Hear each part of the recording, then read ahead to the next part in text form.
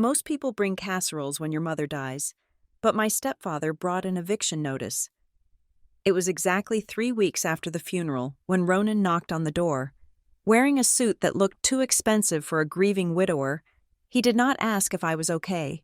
He just handed me a manila envelope and told me the house was already sold. I had 30 days to get out, and he looked at me like I was a stain he finally had permission to scrub away. The silence in my mother's house was heavy, a physical weight that pressed against my chest whenever I tried to take a deep breath. It had been 3 weeks since the funeral, and the air still smelled like the lavender plug-ins she loved. A scent that used to mean safety but now just smelled like absence. I was 33 years old, sitting at a kitchen table that had hosted 3 decades of birthday cakes and homework struggles, trying to figure out which utility bill I could skip without the lights getting cut. The grief was syrup thick. It slowed my movements. It made the simple act of opening a laptop or boiling water for tea feel like wading through mud.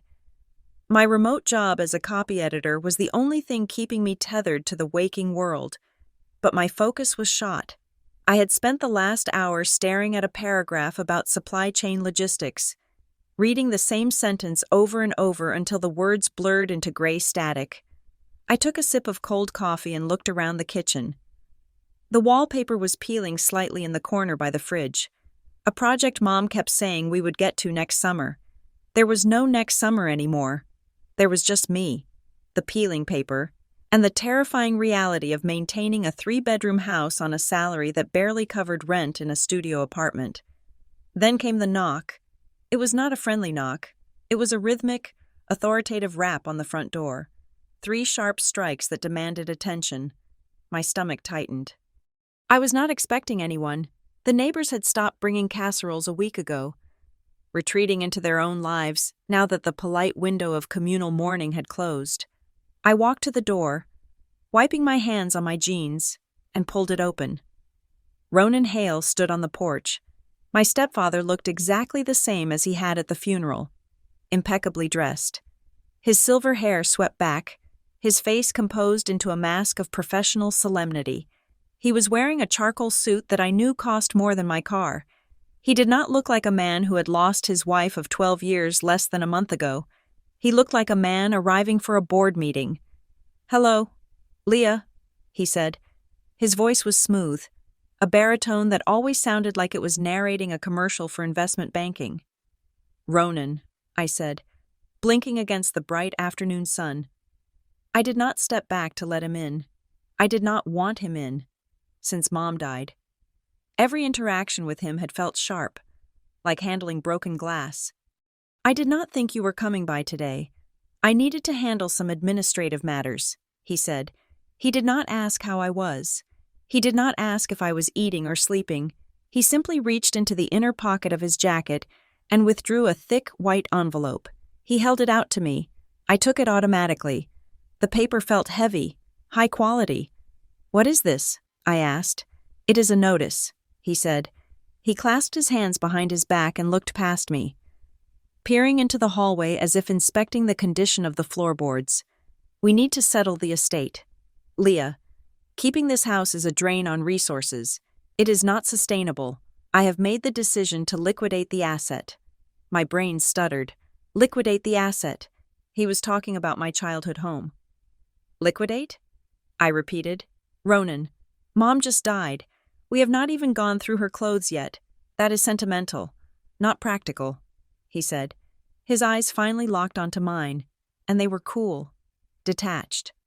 "The market is favorable right now. I have a responsibility to manage the estate efficiently. I have already accepted an offer on the property." The world tilted on its axis.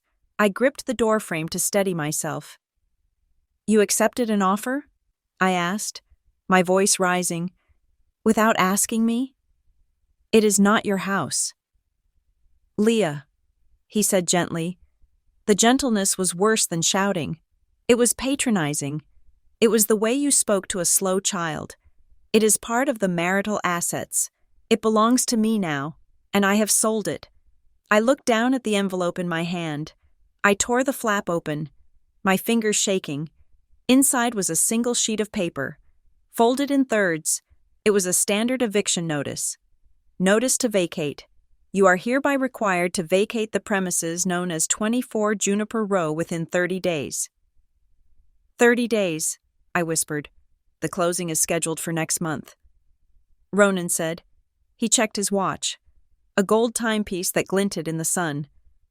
I do not want complications. Leah.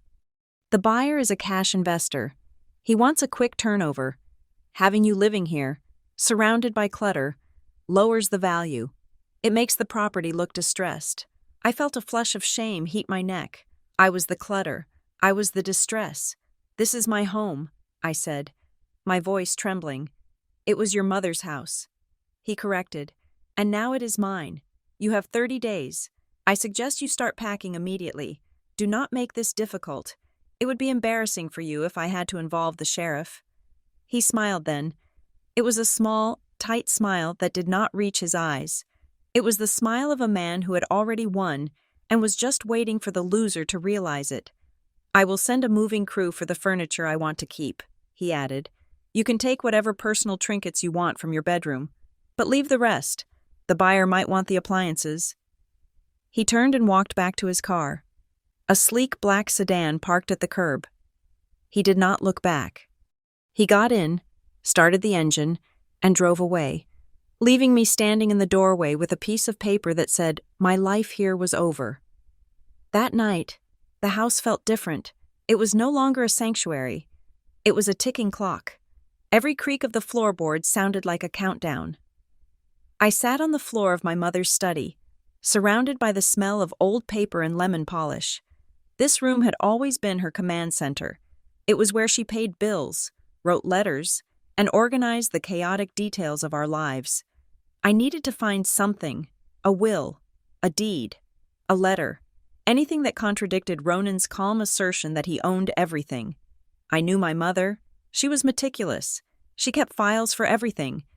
There was a file for the car maintenance, a file for the dog's vet records, a file for appliance warranties going back to 1998.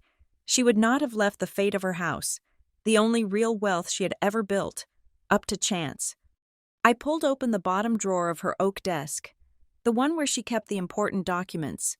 It slid open with a smooth, well-oiled sound. My breath hitched. It was empty. The green hanging folders were there, but they were gutted. The labels were still plastic tabbed. Insurance, mortgage, taxes, will. But there was no paper inside them. The manila folders were gone. I pulled the drawer out further, frantically running my hands along the metal rails, hoping something had slipped behind the mechanism. Nothing. It was clean. Sterile. I opened the middle drawer. Pens, rubber bands, a stapler. I opened the top drawer. Stamps, paper clips, a pair of reading glasses. I sat back on my heels, the silence of the house roaring in my ears. He had been here. Ronan. He must have come here while I was at the funeral home making arrangements, or maybe during the wake when the house was full of people. He had scrubbed it. He had removed every single piece of paper that proved anything about this house or my mother's wishes. I felt a surge of nausea. It was a violation. It felt like he had reached into her grave and stolen her voice.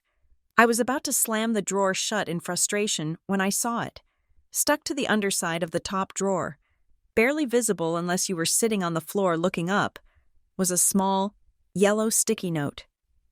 I peeled it off carefully. The adhesive was old and dry. It was my mother's handwriting. The loops were unmistakable, although the letters looked shaky, as if she had written it in a hurry or in pain. Ask about the vault key. That was it. 5 words. I stared at the note until the yellow square burned into my retinas. What vault key? We did not have a safe. We did not have money for a vault. I turned the note over. Nothing on the back. I tucked the note into the pocket of my jeans, treating it like a holy relic. It was not a will. It was not a deed. But it was a message. She had left it there, hidden where only someone digging deep would find it. She knew. She knew something was going to happen, and she had tried to leave a breadcrumb. I spent the rest of the night tearing the room apart, looking for more notes, looking for the key itself. I checked inside books, under the rug, behind the framed photos on the wall. Nothing. By 3 in the morning, I was exhausted, covered in dust, and terrified. Ronan had the law, the money, and the house. I had a sticky note and 29 days left. 2 days later, I sat in a folding chair in the basement of the Briar Glen Community Center. The air smelled of stale coffee and damp concrete. A circle of 10 people sat with me, all clutching styrofoam cups, all wearing the same expression of hollowed-out exhaustion. It was a grief support group. I had not wanted to come, but the silence in the house had become deafening, and I needed to be around people who did not look at me with pity or impatience. I told them about the eviction. I did not mean to. I meant to talk about missing her laugh, or the way she hummed when she cooked, but the words just spilled out. I told them about Ronan, the suit, the notice, the empty file drawer. When I finished, there was a heavy silence in the room. Then, an older woman across the circle spoke up. Her name was Esther, and she had eyes like flint. "He is lying to you, honey," she said. Her voice was rasping, honed by years of smoking and hard truth. I looked up, wiping my eyes with a tissue. "What?" "He is banking on you being too sad to fight," she said. She leaned forward, resting her elbows on her knees. "Men like that, they thrive on the fog. They know you are drowning in grief, so they tell you the sky is green and expect you to believe it because they say it with confidence." "But he is her husband," I said. "The law says a lot of things." A man in a plaid shirt interrupted. He was holding a baseball cap in his hands, twisting the brim. "Just because he says he sold it does not mean he had the right to—" "Did you see a will?" "No," I said. "He said she did not leave one." Esther snorted. "Convenient. If there is no will, the state has rules.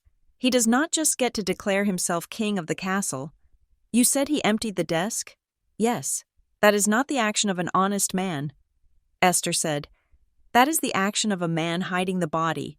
You need to stop assuming he is acting legally just because he is wearing a suit. You need to check the records yourself." "But he said he is handling the estate." I said, feeling a flicker of hope and fear mix in my chest. "He can say he is the Queen of England." Esther said, "It does not make it true. Go to the probate court. See if he actually filed anything. If he is selling that house, he needs authority. Real authority, not just husband authority." I left the meeting feeling shaken but awake. For the first time in weeks, the syrup in my veins felt a little thinner. Esther was right. I had been accepting Ronan's narrative because I was too tired to write my own. The Briar Glen County Probate Court was located in a drab brick building downtown that smelled of floor wax and bureaucracy. I called them the next morning, my heart hammering against my ribs. I navigated the automated menu, pressing buttons with trembling fingers, until a human voice finally answered. "Probate clerk," the voice said. It was a woman, sounding bored and efficient. "Hi," I said, trying to keep my voice steady. "I am calling to check on the status of an estate case for my mother." "Name?" the clerk asked. "Elena Collins Hale," I said. "Date of death, January 5th. I heard the clicking of a keyboard on the other end of the line. The silence stretched for 10 seconds, then 20. "I am not seeing anything in the system," the clerk said. I frowned, pressing the phone tighter to my ear. "Can you check again? Maybe under just Collins? Or just Hale?" Click, click, click, nothing. The clerk said, "No open probate case for an Elena Collins Hale. No filings. No executor appointed." "Are you sure?" I asked. "My stepfather said he is handling the estate. He said he is selling the house. If he is selling property that was in the decedent's name, he needs letters of authority from this court." The clerk said, "And to get those, he has to open a file." "There is no file." "Ma'am." I felt the air punch out of my lungs. "So, he cannot sell the house?" I asked. "I cannot give legal advice," the clerk recited automatically, "but I can tell you that according to our records, nobody has the legal authority to act on behalf of that estate right now." I hung up the phone. My hands were shaking so hard I almost dropped it. He was lying. He was not settling the estate. He was bypassing it. I dialed Ronan's number. I did not give myself time to think. I needed to hear him say it. He answered on the second ring. Ronan Hale. Ronan, it is Leah. I said, I am in a meeting. Leah, he said, his tone clipping the ends of the words. Make it quick. I just got off the phone with the probate court. I said, there was a pause, a tiny, microscopic hesitation. And, he asked, they said there is no case. I said, you never opened probate. You have no executor authority. How are you selling the house without authority? Ronan sighed. It was a long, weary sound, as if I were exhausting him with my stupidity. Leah, probate is a public, messy, expensive process, he said. I am handling this privately. It is faster. It saves the estate money. But you cannot just skip it. I said, that is not how it works. It is exactly how it works when there is a surviving spouse, he said, his voice dropping an octave. It is called rights of survivorship. I do not need a judge to tell me I own my own house. Stop looking for conspiracies where there are none. You are embarrassing yourself. Where is the will? Ronan? I asked, if you are handling it privately. Show me the will. I told you, he said, his voice hard now. She did not leave one. She trusted me to take care of things, and that is what I am doing. I am protecting you from the debt she left behind. Now, I have to go. The movers are coming on Tuesday. Be ready. The line went dead. I stared at the phone. He was so confident, so sure, privately. Rights of survivorship. The words sounded legal. They sounded real, but the clerk had said there was no file. I walked to the window and looked out at the front lawn. My heart stopped. A white SUV was parked at the curb. A woman in a bright red blazer was standing in the middle of the grass, hammering a metal sign into the lawn. I ran to the front door and threw it open. Hey, I shouted. What are you doing? The woman looked up. She had blonde hair sprayed into a helmet of curls and a smile that looked painted on. Oh, hi there, she chirped. She dusted her hands off on her skirt and walked toward me. You must be Leah. Ronan told me you were still here. She extended a hand. I did not take it. Who are you? I demanded. Marla Vance. She said, not dropping the smile for a second. I am the listing agent. Just getting the sign up. We want to build some buzz before the closing, right? The sign was distinct. Vance Realty, for sale. You cannot sell this house. I said, it is in probate. Or, it should be. Marla's smile faltered slightly. She tilted her head. Oh, honey, she said. Listen to me. I know this is hard. Losing a mom is awful. But Ronan is trying to make this easy for everyone. You really should work with him. You do not want to get dragged into messy court stuff. It drains all the money, and nobody wins. She said it with a tone of conspiracy, like we were girlfriends sharing a secret. He does not have the authority. I said, he has the deed. She said simply, and he has a buyer. Why don't you just focus on finding a new place? Ronan said he would help you with a deposit. That is very generous of him. She turned back to her sign, adjusting it so it faced the street perfectly. It is going to be a quick sale. Leah, she threw over her shoulder, do not be the thing that ruins it. I went back inside and locked the door. I leaned against the wood, sliding down until I hit the floor. I felt small. They were a team. Ronan, Marla, the invisible buyer. They had a script. They had momentum. I had a sticky note and a phone call from a clerk. That night, the mail came. I usually ignored it. Mostly bills I could not pay and flyers for pizza. But a rigid, cardboard envelope caught my eye. It was addressed to my mother, Elena Collins. It had a sticker on it. Certified mail. Forwarding service requested. It had been forwarded from a P.O. box I did not recognize to the house address. I sat at the kitchen table and stared at it. Opening my mother's mail felt illegal, but everything about this situation felt illegal. I slid my finger under the flap and ripped it open. It was a statement from a bank, not our usual bank. This was from a large national lender. Home equity line of credit. Account ending in 4490. Principal balance, $185,000. I stared at the number. $185,000. I looked at the date the account was opened. November 15th. My mother died on January 5th. She had been in hospice care in November. She was barely conscious for most of that month. She could not lift a spoon, let alone sign loan documents for nearly $200,000. I scanned the activity log. The money had been withdrawn in 3 large chunks, just days after the account was opened. Transfer to external acti, ending in 8821. I did not know an account ending in 8821. I looked at the property address listed on the loan, 24 Juniper Row. The house was not just being sold, it had been drained. Someone had stripped the equity out of it while my mother lay dying in the back bedroom. Ronan's voice echoed in my head. I am protecting you from the debt she left behind. He was not protecting me. He was hiding the evidence. I gripped the paper until my knuckles turned white. The grief that had been paralyzing me, the syrup in my veins, began to change. It heated up. It thinned out. It turned into something else entirely. It turned into rage. I looked at the sticky note I had taped to the refrigerator. Ask about the vault key. I was done asking. I was going to find out. I grabbed my laptop. I needed to find out who Marla Vance really was. I needed to find out what rights of survivorship actually meant. And I needed to find out how a dying woman walked into a bank and borrowed $200,000 without anyone noticing. Ronan wanted me out in 30 days. He had made a mistake. He had given me a deadline. And deadlines are just motivation for people who have nothing left to lose. I pulled up a fresh browser window. The cursor blinked at me. A steady, rhythmic pulse in the darkness of the kitchen. Briar Glen County Deed Recorder. Enter. The game was on. The morning sun hit the glass facade of Northbridge Title Services with a glare that felt like a migraine waiting to happen. I parked my rusting sedan between a Lexus and a Mercedes. Checking my reflection in the rearview mirror, I looked tired.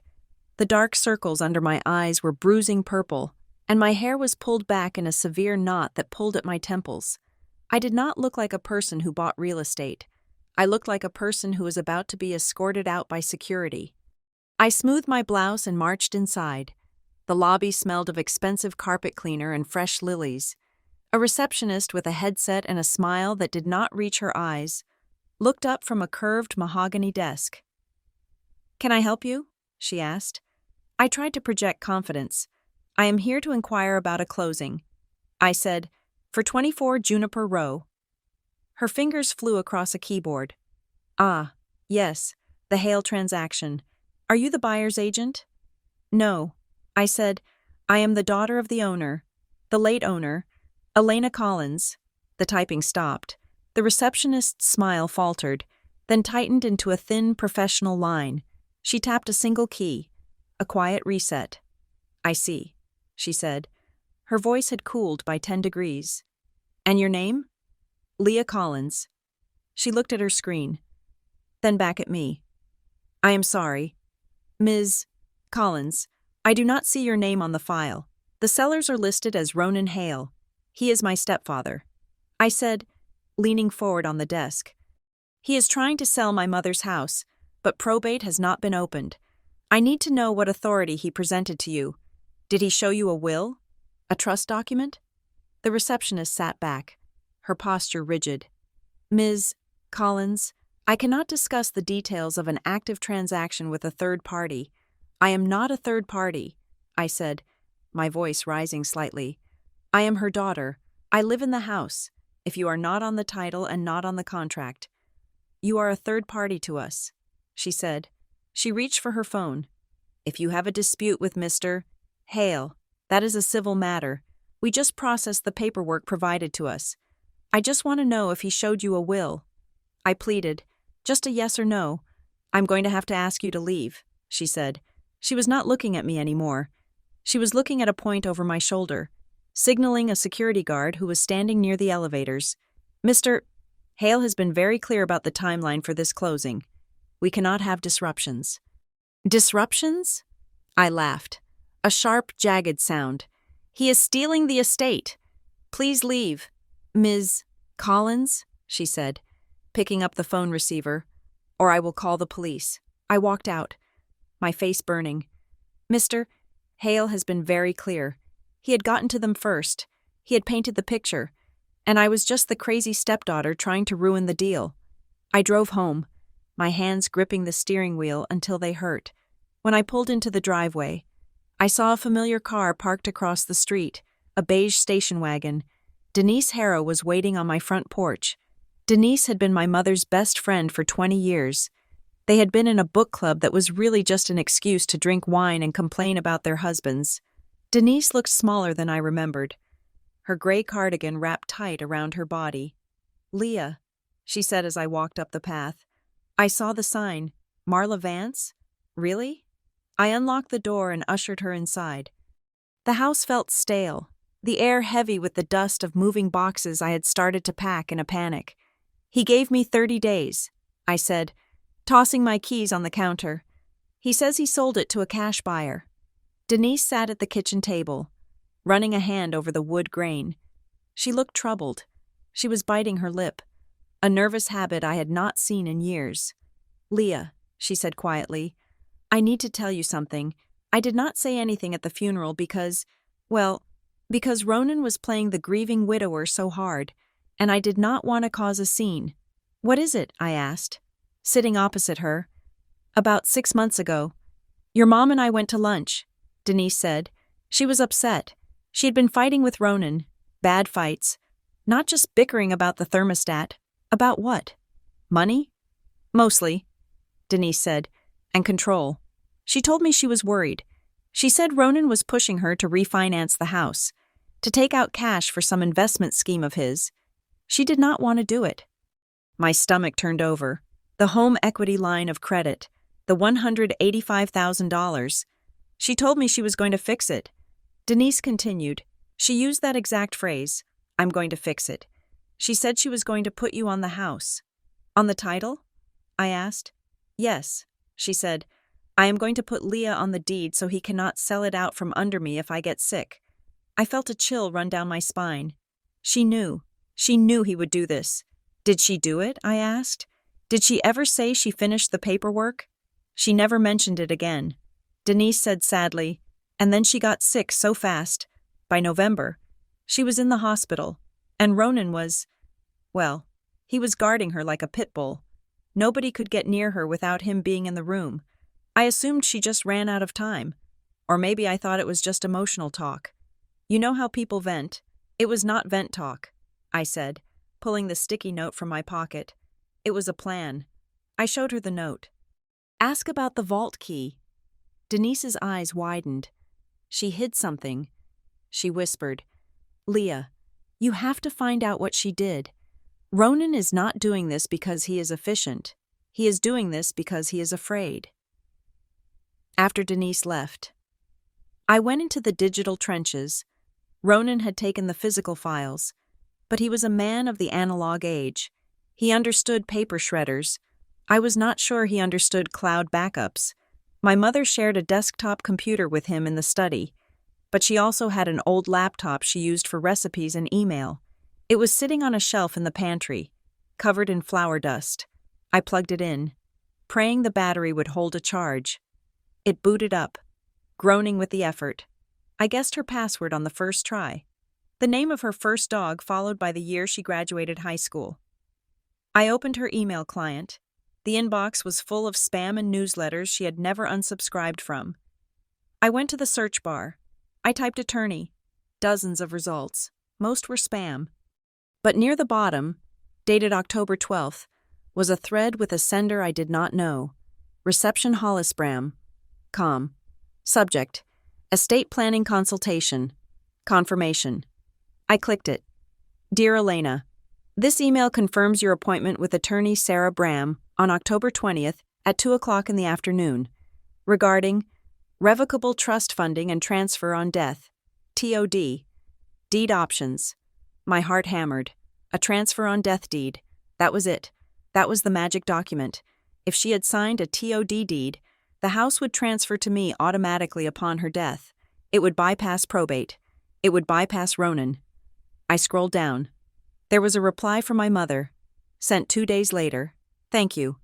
Please confirm we will be discussing how to protect the primary residence from spousal claims. I read that line 3 times.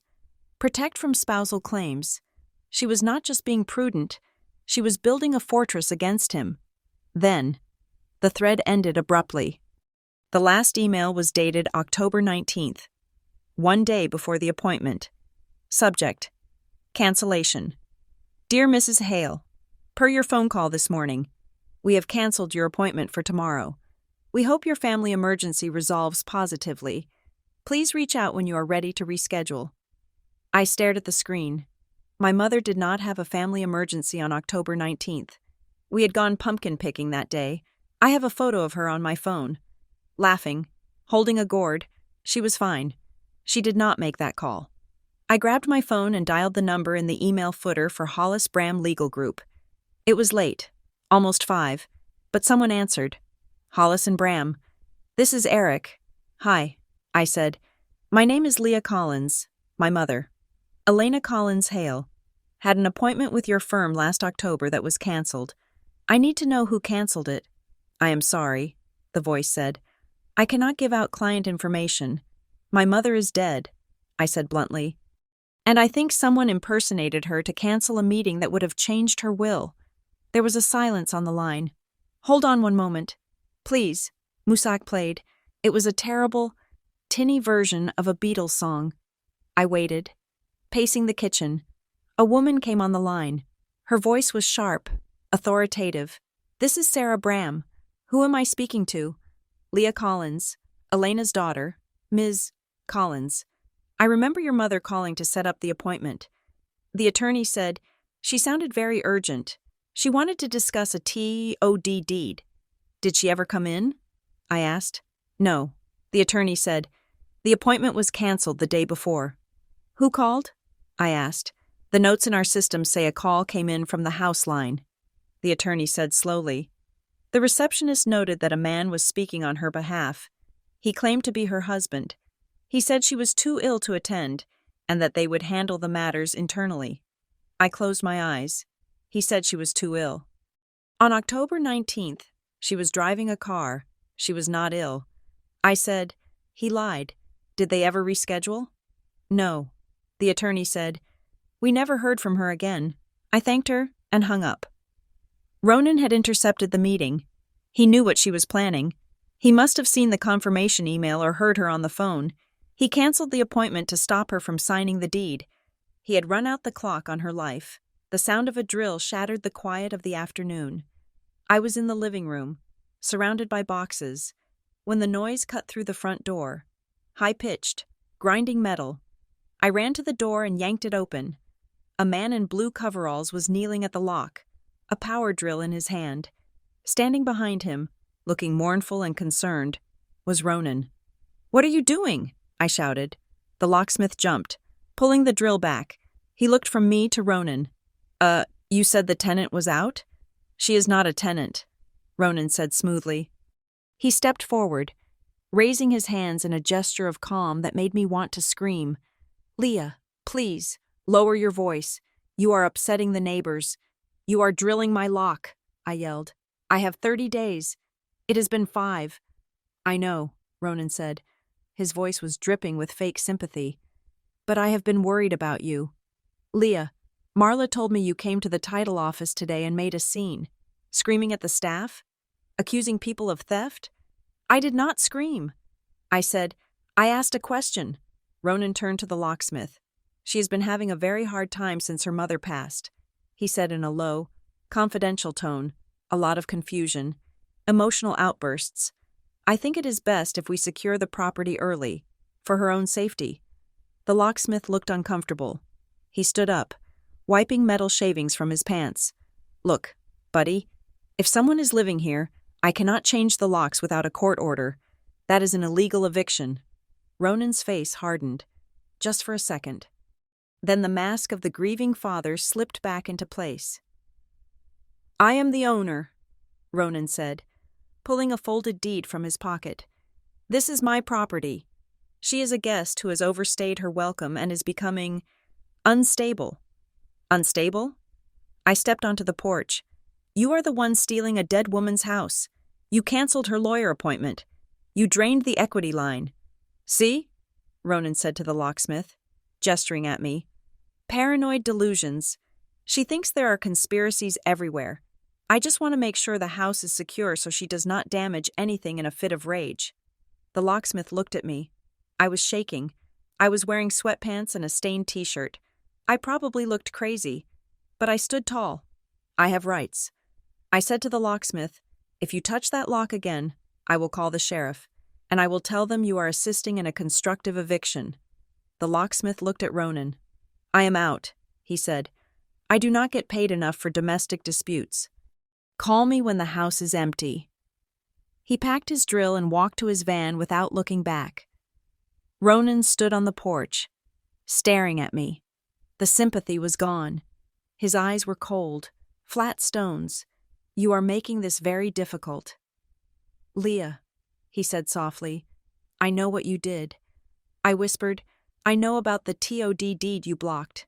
His expression did not change, but his jaw tightened. You have no money. Leah, he said, you have no job that pays real money. You have no lawyer. You are playing detective, but you are going to lose. The closing is in 3 weeks. Be out, or I will have the sheriff remove you physically. He turned and walked away. The next morning, I was sitting in the office of Camila Sarin. It was not a fancy office. It was located above a bakery in the older part of town, and the whole room smelled faintly of yeast and sugar. Camila was a woman in her 50s with short, spiky hair and glasses that hung around her neck on a beaded chain. Her desk was a mountain of files, but she seemed to know exactly where everything was. She listened to me for 20 minutes without interrupting.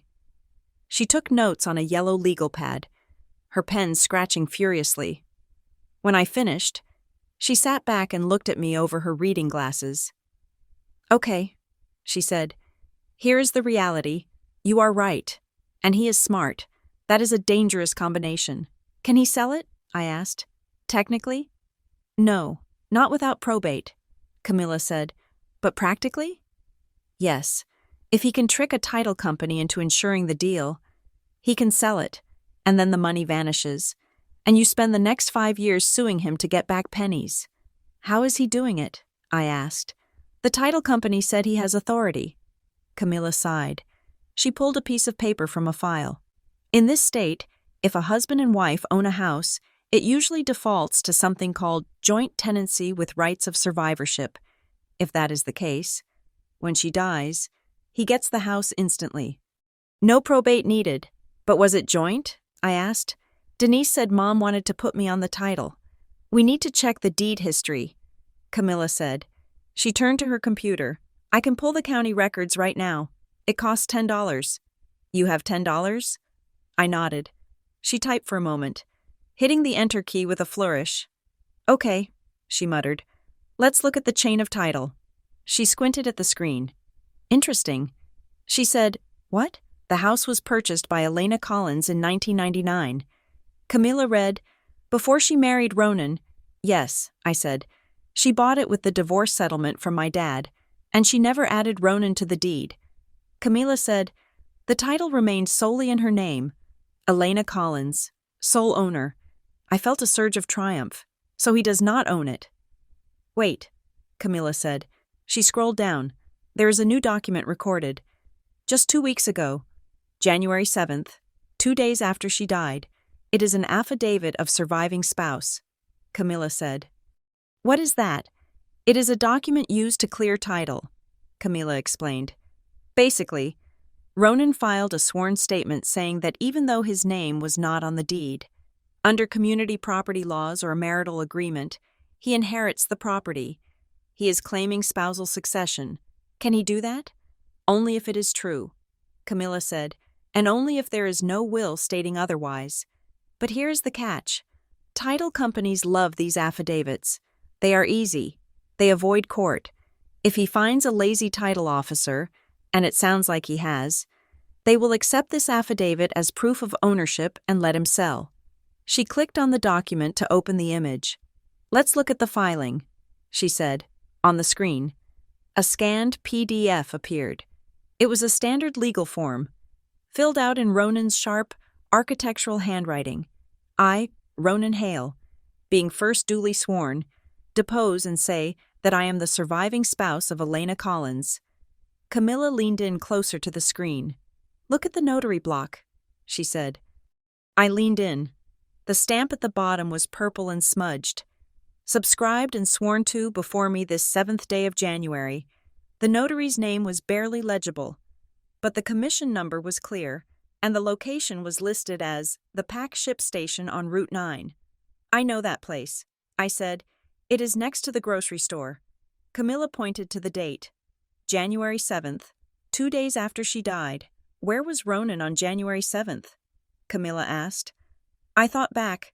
I was at the funeral home. He was called me that day. He said he could not come to help choose the casket because he was too devastated to leave the house. He said he could not get out of bed. Camilla raised an eyebrow. Apparently, he could get out of bed long enough to drive to a strip mall and notarize a document claiming ownership of her assets. This is the smoking gun. "Leah," Camilla said, "or at least, it is the first bullet. He rushed this. He did not file for probate because probate requires notice to heirs. That means he filed this affidavit because it is a quiet, backdoor way to seize title without alerting anyone." "What do we do?" I asked. "We blow it up," Camilla said.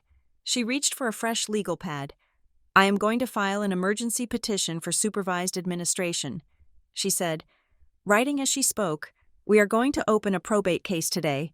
We are going to ask the judge to appoint a neutral administrator. Not Ronan. Not you, but a professional third party. To freeze the assets. Will that stop the sale?" I asked. "It creates a cloud on the title," Camilla said. "If we file this, and we record a lis pendens, that is a notice of pending litigation, against the house, no title company in their right mind will insure the sale. They see a lawsuit. They run." She looked up at me, her expression serious. "But there is a risk." She said, "What risk?" "Ronan is rushing." She said, "He is moving fast. If he closes that sale before our lis pendens hits the record, if he gets the cash in his hand, he can wire it offshore or hide it in shell accounts before the judge even bangs the gavel. Once the money is liquid, it is gone. How long do we have?" I asked. "Marla Vance put the sign up 4 days ago." Camilla said, "If they have a cash buyer, they could close in as little as 10 days. We are racing the clock." "Leah," she handed me a pen. "Sign here," she said. "You are hiring me. We are going to court." I signed my name. The ink looked dark and permanent against the white paper. "One more thing," Camilla said, taking the paper back. "That notary, the one at the pack ship. Yeah? Go visit them," she said. "Don't be aggressive. Just be curious. Ask to see their logbook. By law, they have to keep a record of every signature they notarize. I want to know if Ronan was actually there on January 7th. Why?" I asked. "Because," Camilla said, tapping the smudged stamp on the screen, "if he backdated this affidavit, or if he called in a favor and never actually stood in front of that notary, then this isn't just a civil dispute anymore. It is fraud, and fraud is how we send him to jail." I stood up, feeling a cold resolve settle in my stomach. "I will go to the pack ship," I said. "Good," Camilla said. "Go now. I will head to the courthouse." I walked out of the bakery-scented office and into the cold winter air. The game had changed. It was not just about saving the house anymore. It was about catching a criminal, and I knew exactly where to start. The short-term rental I had secured was a converted garage behind a larger house on the edge of town. It smelled of mildew and lemon air freshener, a combination that made my stomach turn every time I walked through the door. The walls were painted a color that was supposed to be beige but looked more like wet sand. And the furniture was a collection of mismatched pieces that felt like they had been rescued from a curb. I sat on the floor, surrounded by the few boxes I had managed to salvage from the house before Ronan changed the locks. It was a pathetic pile. My clothes, a box of books, and my mother's jewelry box. It was a large, mahogany box, lined with crushed red velvet. It had been her mother's before it was hers. I had spent hours playing with it as a child. trying on the costume pearls and the clip-on earrings that pinched my lobes. Now, it just looked like another dead object. I opened the lid. It was mostly empty. Ronan had, of course, secured the valuable pieces, her diamond studs, her engagement ring, the heavy gold bracelet she wore on anniversaries. He claimed they were part of the estate valuation. What was left were the sentimental things he deemed worthless. A string of painted macaroni beads I made in kindergarten, a tarnished silver locket with a broken hinge, and a few friendship bracelets. I lifted the top tray to look at the bottom compartment. Empty. I sighed and went to close the lid, but something caught my eye. The velvet lining on the bottom of the box looked uneven. There was a slight ridge, a ripple in the fabric that shouldn't have been there. I reached in and ran my finger along the bottom. It wasn't just a ripple. There was something underneath. I pulled at the corner of the velvet. It was glued down, but the glue was old and brittle, with a sharp tug. The fabric peeled back. Taped to the raw wood of the box floor was a key. It was small, flat, and silver, with a number stamped into the metal. 402. My heart skipped a beat. The sticky note. Ask about the vault key. This was it. I peeled the tape off carefully. The key felt cool and heavy in my palm. It wasn't a house key. It was a safe deposit box key. I looked at the head of the key. There was a faint logo stamped on it. Briar Glen Mutual. My mother didn't bank at Briar Glen Mutual. She banked at the big national chain downtown. Ronan banked at an investment firm in the city. This was a secret. I grabbed my coat and ran out the door. The rental car I was driving, a compact economy thing that smelled like stale cigarettes, shuddered as I turned the key. But it started. Briar Glen Mutual Bank was a small, brick building on the corner of Main and Elm. It was the kind of bank that still had a calendar with a picture of a golden retriever on the wall and a bowl of lollipops at the counter. I walked up to the teller. A woman with reading glasses perched on the end of her nose. "Can I help you, dear?" she asked. "I have a key." I said, holding it up, "I believe it belongs to a box here. My mother passed away recently. Elena Collins." The teller's face softened into professional sympathy. "I am so sorry for your loss. Let me check the records." She typed my mother's name into her computer. "Yes, here she is," the teller said. "Elena Collins, box 402. "And you are?" "Leah Collins." She checked the screen again. "You are listed as the deputy on the box. That means you have access. Do you have your identification?" I handed her my driver's license. My hands were shaking. I had expected a fight. I had expected Ronan's name to be on it, but she had done this alone. The teller buzzed us through a heavy metal gate and led me into the vault. The air inside was 10 degrees cooler than the lobby. It smelled of steel and paper money.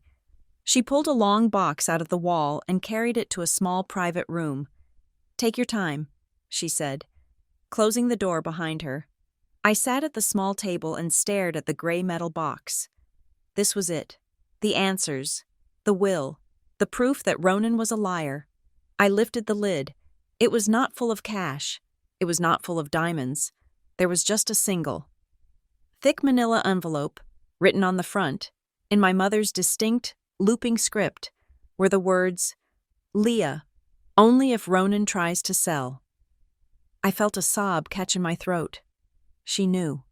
She had looked at her husband, the man she slept next to every night, and she had calculated the odds of his betrayal, and she had bet against him. I opened the envelope. There were 3 things inside. The first was a handwritten letter on her personal stationery. The second was a photocopy of a life insurance beneficiary page. The third was a single sheet of paper titled Memorandum of Intent. I picked up the letter first. My hands were trembling so hard the paper rattled. "My dearest Leah, if you are reading this, I am gone, and Ronan is doing the one thing I asked him not to do. I am sorry for how quiet I had to be. I know you wondered why I didn't talk to you more about the finances in the last few years. The truth is, I was afraid. Ronan is a businessman. Leah, he sees everything as a transaction, even marriage. When I got sick, I saw his eyes change. He stopped looking at me like a wife and started looking at me like a depreciating asset. I feared that if I made a big show of changing the will or moving the house, he would turn paperwork into a weapon. He would argue I was incompetent. He would drag us into a court battle I didn't have the strength to fight while I was doing chemo. So I left breadcrumbs instead. I have executed a revocable living trust. The house is funded into that trust. The trust documents are with a lawyer he doesn't know about. If the house is in the trust, he cannot sell it. He is not the trustee. You are. I love you. Do not let him bully you. You are stronger than you think. You are the only thing in this world that is truly mine. Love, Mom. I wiped my eyes with my sleeve. She had done it. She had made a trust. I picked up the memorandum of intent. It was a simple document. Signed and dated October 21st. I, Elena Collins, intend to transfer the property located at 24 Juniper Row into the Elena Collins Living Trust. Dated October 21st. But where was the trust? I turned the envelope upside down. Nothing else fell out. The trust document itself, the 50-page legal binder that actually controlled the property, was missing. The memorandum referenced it, but without the actual trust instrument, I couldn't prove who the trustee was. I looked at the letter again. The trust documents are with a lawyer he doesn't know about. Which lawyer? She didn't say. She must have assumed I would find the card, or she would have time to tell me. I picked up the last piece of paper, the life insurance beneficiary page. It was a printout from a website. Metropolitan Life, policy number ending in 778, primary beneficiary, Leah Collins, allocation, 100%. The printout was dated November 1st. Okay, I whispered. Okay, at least I had this. If the house fight was going to be long and expensive, this money would pay for Camilla. I could fight him. I pulled out my phone right there in the bank vault. I couldn't wait. I dialed the number for Metropolitan Life listed on the top of the sheet. I navigated the automated hell of the phone menu until I got a representative. I am calling to check the status of a claim. I said, my mother, Elena Collins Hale, policy number. I gave him the details. One moment, please, the representative said. I waited, staring at the gray wall. I felt a strange sense of calm. My mother had protected me. She had left me a shield. Ms. Collins? The representative came back. Yes, I see here that the claim on this policy has already been processed and paid out. He said. I let out a breath. Okay, that makes sense. I haven't received a check yet. But maybe it is in the mail? I moved recently. Ma'am, the representative said, his voice hesitant. You are not the listed beneficiary on the policy. The room stopped spinning. It just stopped. Excuse me? I said. I am looking at the beneficiary page right now. It says Leah Collins, 100%. That may be an old copy, the representative said gently. Our records show a change of beneficiary form was submitted and processed on December 20th. December 20th, 2 weeks before she died. She was in a morphine haze by then. She didn't know what day it was. Who is the beneficiary? I asked, my voice turning to ice.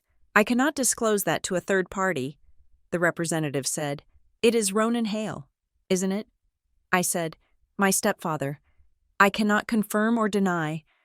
I hung up. I sat there in the silence of the vault, staring at the paper in my hand. Leah Collins, 100%. He had stolen it. He hadn't just stolen the house. He had stolen the safety net. He had waited until she was too weak to hold a pen. And then he had what? Forced her to sign? Forged it? I looked at the date on the printout again. November 1st. She had set it up for me.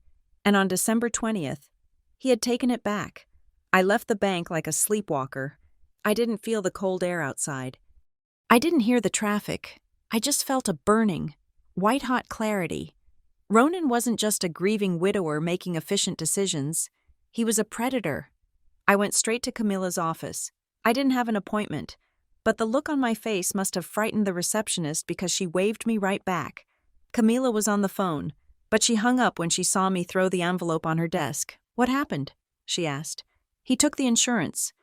I said, and there is a trust, but I don't have it. I sat down and explained everything. The key, the letter, the missing trust document, the phone call to Metropolitan Life. Camila listened, her face grim. December 20th.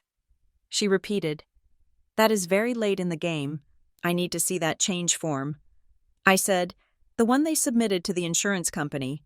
Camila nodded. "We can get it. If you are the executor, or if we are arguing you should be, we can subpoena the claim file. But that takes time." "I don't have time," I snapped. "He is selling the house." Camila held up a hand. "Breathe. We filed the petition this morning. The lis pendens is recorded. That slows him down. Now, let's look at this notary situation." She pulled up a file on her computer. "I did some digging on your friend at the pack ship."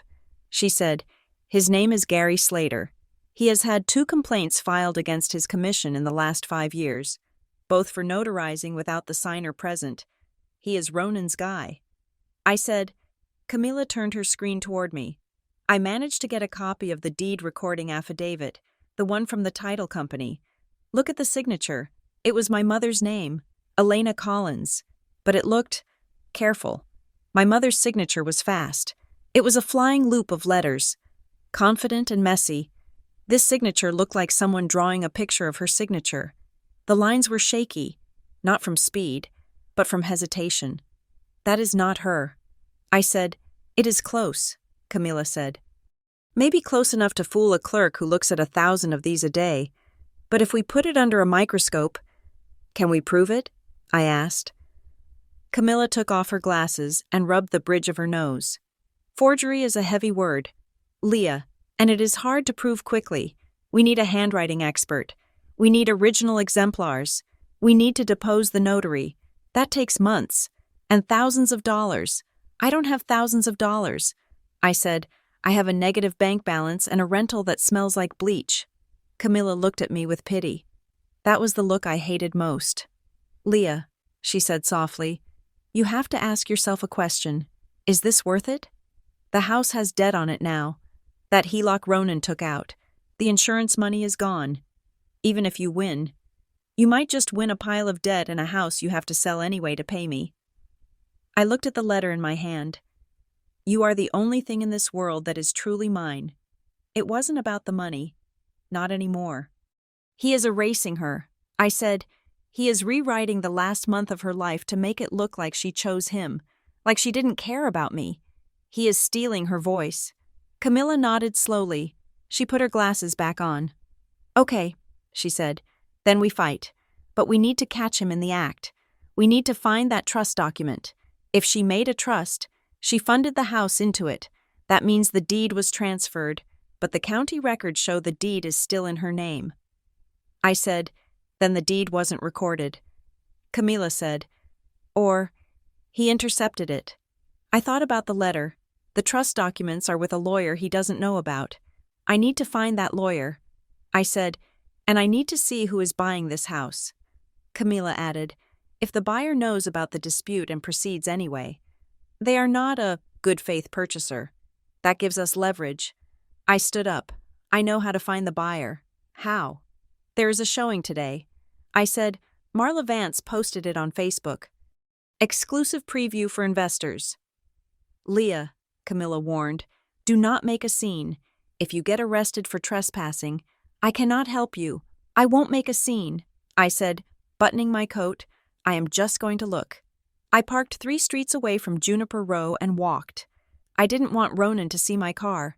The house looked the same, but different. The flower pots on the porch were gone. The curtains in the living room were open wide, exposing the empty space inside. It looked like a staged model home, not the place where I had learned to walk.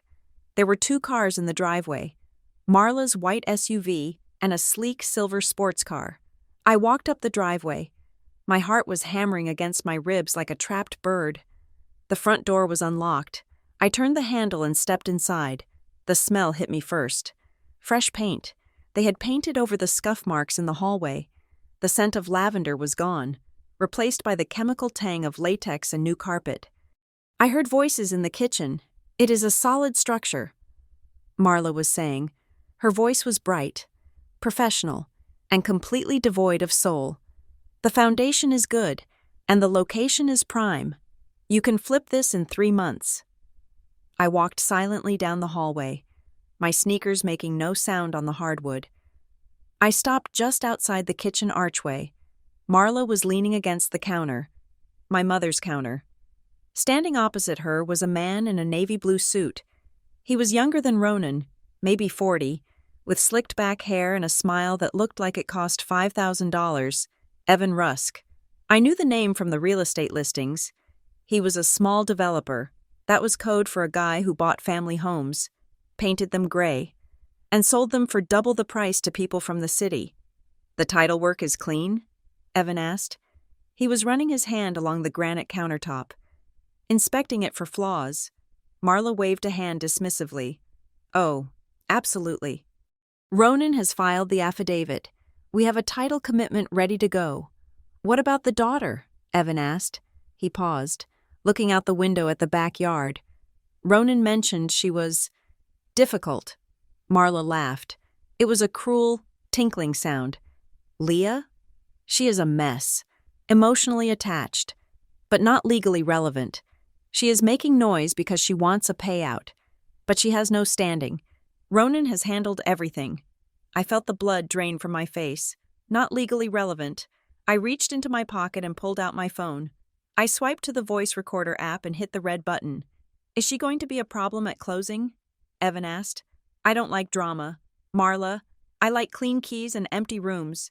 She won't be there, Marla assured him. We are doing a remote signing for her part. Well, she doesn't have a part. Ronan is signing everything. You will have the keys on Friday. Friday? That was 2 days away. Evan nodded. He looked satisfied. Good, because at this price, it is a steal. The equity in this place is massive. I stepped back, my hand trembling around the phone. They were discussing my inheritance like it was a carcass they were stripping for meat. Marla continued. And honestly, Evan, Ronan just wants to be done with it. The mother, well, let's just say she didn't leave things in good order.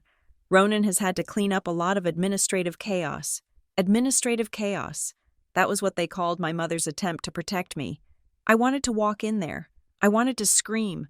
I wanted to throw the sticky note in Marla's face and tell her about the forgery.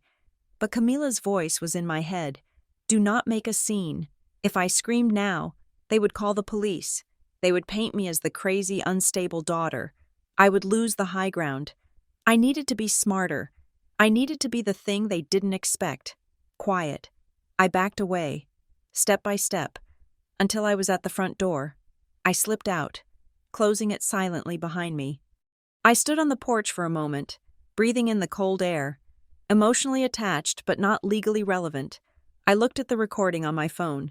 0:45 seconds. I had them. I had Marla admitting they knew I was making a claim. I had Evan admitting the price was a steal. I walked back to my car. I was done crying. The tears had dried up in the bank vault. Now, I was just cold. I sat in the driver's seat and looked at the picture of the key on my phone. The key was the start. The letter was the map. I had to find the trust. The trust documents are with a lawyer he doesn't know about. I thought about my mother. Who did she trust? Who did she talk to when Ronan wasn't around? She didn't have many secrets. She went to the grocery store. She went to the library. She went to her book club with Denise. Denise, I put the car in gear. I wasn't going back to the rental. I was going to see Denise again. If my mother had a secret lawyer, Denise was the only person in the world who would know. I drove past the for sale sign one last time. Sale pending. Not if I could help it. The fluorescent lights of Camilla's office buzzed with a low, irritating hum that seemed to vibrate right against my skull. It was Tuesday morning. We had 72 hours before the scheduled closing on Friday. Camilla slammed a file folder onto the desk. Dust motes danced in the air. We got the subpoena returns from the bank, she said. Her voice was tight, the professional detachment slipping just enough to reveal the anger underneath. I leaned forward. And? It gets worse, she said. She flipped the folder open. Inside was a spreadsheet, dense with numbers and transaction codes. The HELOC wasn't just opened, Camilla explained. Tracing a line with her pen, it was drained. Completely. I looked at the number at the bottom of the column. $185,000. Where did it go? I asked. Camilla pointed to a transaction dated November 22nd. Wire transfer, she read, to an account ending in 8821. The beneficiary name is redacted on this copy because it is an external bank. But look at the memo line. I squinted at the tiny print. Consulting services. Consulting services? I repeated. My mother was a retired librarian. She didn't hire consultants. She didn't even hire a gardener. This is what we call layering, Camilla said. He moves the money out of the house equity into an account he controls and labels it a business expense so it looks clean. If the house sells on Friday, that debt gets paid off by the buyer's cash. The bank gets their money back. The lien disappears, and Ronan walks away with the equity he stole 2 months ago. Plus whatever profit he makes on the sale, he double-dipped. I realized. He stole the equity first, and now he is selling the shell. Exactly, Camilla said. And because he did it while she was alive, using a power of attorney or a forged signature, he will claim she authorized it. I felt a wave of nausea. It was so calculated. While I was sitting by her bedside, holding her hand and reading her poetry, he was in the other room moving 6-figure sums around like pieces on a game board. We need to stop him. I said, we need more than this, Camilla warned. We need an admission or a direct contradiction that proves he is lying about the purpose of that loan. I stood up. I am going to talk to him. Leah, no, Camilla said sharply. Do not engage him. He is litigious. He will record you. I am not going to scream at him, I said, grabbing my coat. I am going to ask him a question, and I'm going to watch his face when he answers. I texted Ronan. I am ready to talk about moving out. Meet me at the Silver Spoon. Noon. It was a trap, and he took it. He thought I was surrendering. He thought the 30-day notice and the locksmith had finally broken me. The Silver Spoon was a diner on the edge of town, the kind of place where the vinyl booths were patched with duct tape and the coffee tasted like burnt hazelnuts. It was neutral ground, public, safe. Ronan was already there when I arrived. He was sitting in a corner booth, wearing a casual sweater that probably cost $300. He looked relaxed. He was reading the Wall Street Journal on his tablet. I slid into the booth opposite him. He didn't look up immediately. He finished the paragraph he was reading, tapped the screen, and then raised his eyes to mine. Hello, Leah, he said. I am glad you decided to be reasonable. I ordered a black coffee from the waitress. I waited until she left before I spoke. I am not here to fight. Ronan, I lied. I just want to understand. Understand what? He asked, folding his hands on the table. The money, I said. Ronan's expression didn't change, but the air around him seemed to still. What money? He asked gently. The home equity line, I said. I saw the statement. Ronan, $185,000, taken out in November. He sighed. It was a long, paternal sigh. He reached across the table as if to pat my hand, but I pulled it back. Leah, he said softly, your mother was very sick. You know that. I know. I said, care is expensive, he said. The treatments, the hospice nurses, the specialized equipment, Medicare only covers so much. I didn't want to burden you with the details, but we were drowning in bills. That money. It went to keeping her comfortable. It went to paying her doctors. I stared at him. He looked so sincere. His brow was furrowed with the memory of the stress. If I didn't know better, I would have believed him. I would have thanked him, but I had the box of papers in my trunk. I kept the bills. Ronan, I said quietly. His eyes flickered. Just for a microsecond, a tiny twitch of the eyelid. Excuse me? He said. I have the explanation of benefit statements from the insurance company. I said, I have the hospice invoices. Her care was fully covered. The out-of-pocket maximum was $5,000. We didn't pay a dime for the equipment. I watched him. I watched the calculation happening behind his eyes. He was recalibrating his story in real time. There were other expenses. He said, his voice hardening slightly. Things insurance doesn't cover. Alternative treatments. Private consultations. Consulting services? I asked. He froze. I saw the wire transfer. Ronan. I said, account 8821. He leaned back in the booth. The fatherly warmth evaporated instantly. In its place was something cold and sharp. You are digging into things you do not understand. Leah, he said. His voice was low, barely a whisper. That money is marital property. It was a joint financial decision made by a husband and wife. You are not a forensic accountant. You are a grieving daughter who is confused. I am not confused. I said, I think you stole it. Ronan laughed. It was a dry, humorless sound. Stole it? From whom? My own wife? You cannot steal from yourself. Leah, that is the law. We were one legal entity, but she didn't sign it. I said, you did. Or you found someone who would say she did. Ronan stood up. He threw a $20 bill onto the table. I am done with this conversation, he said. You have 25 days left to vacate.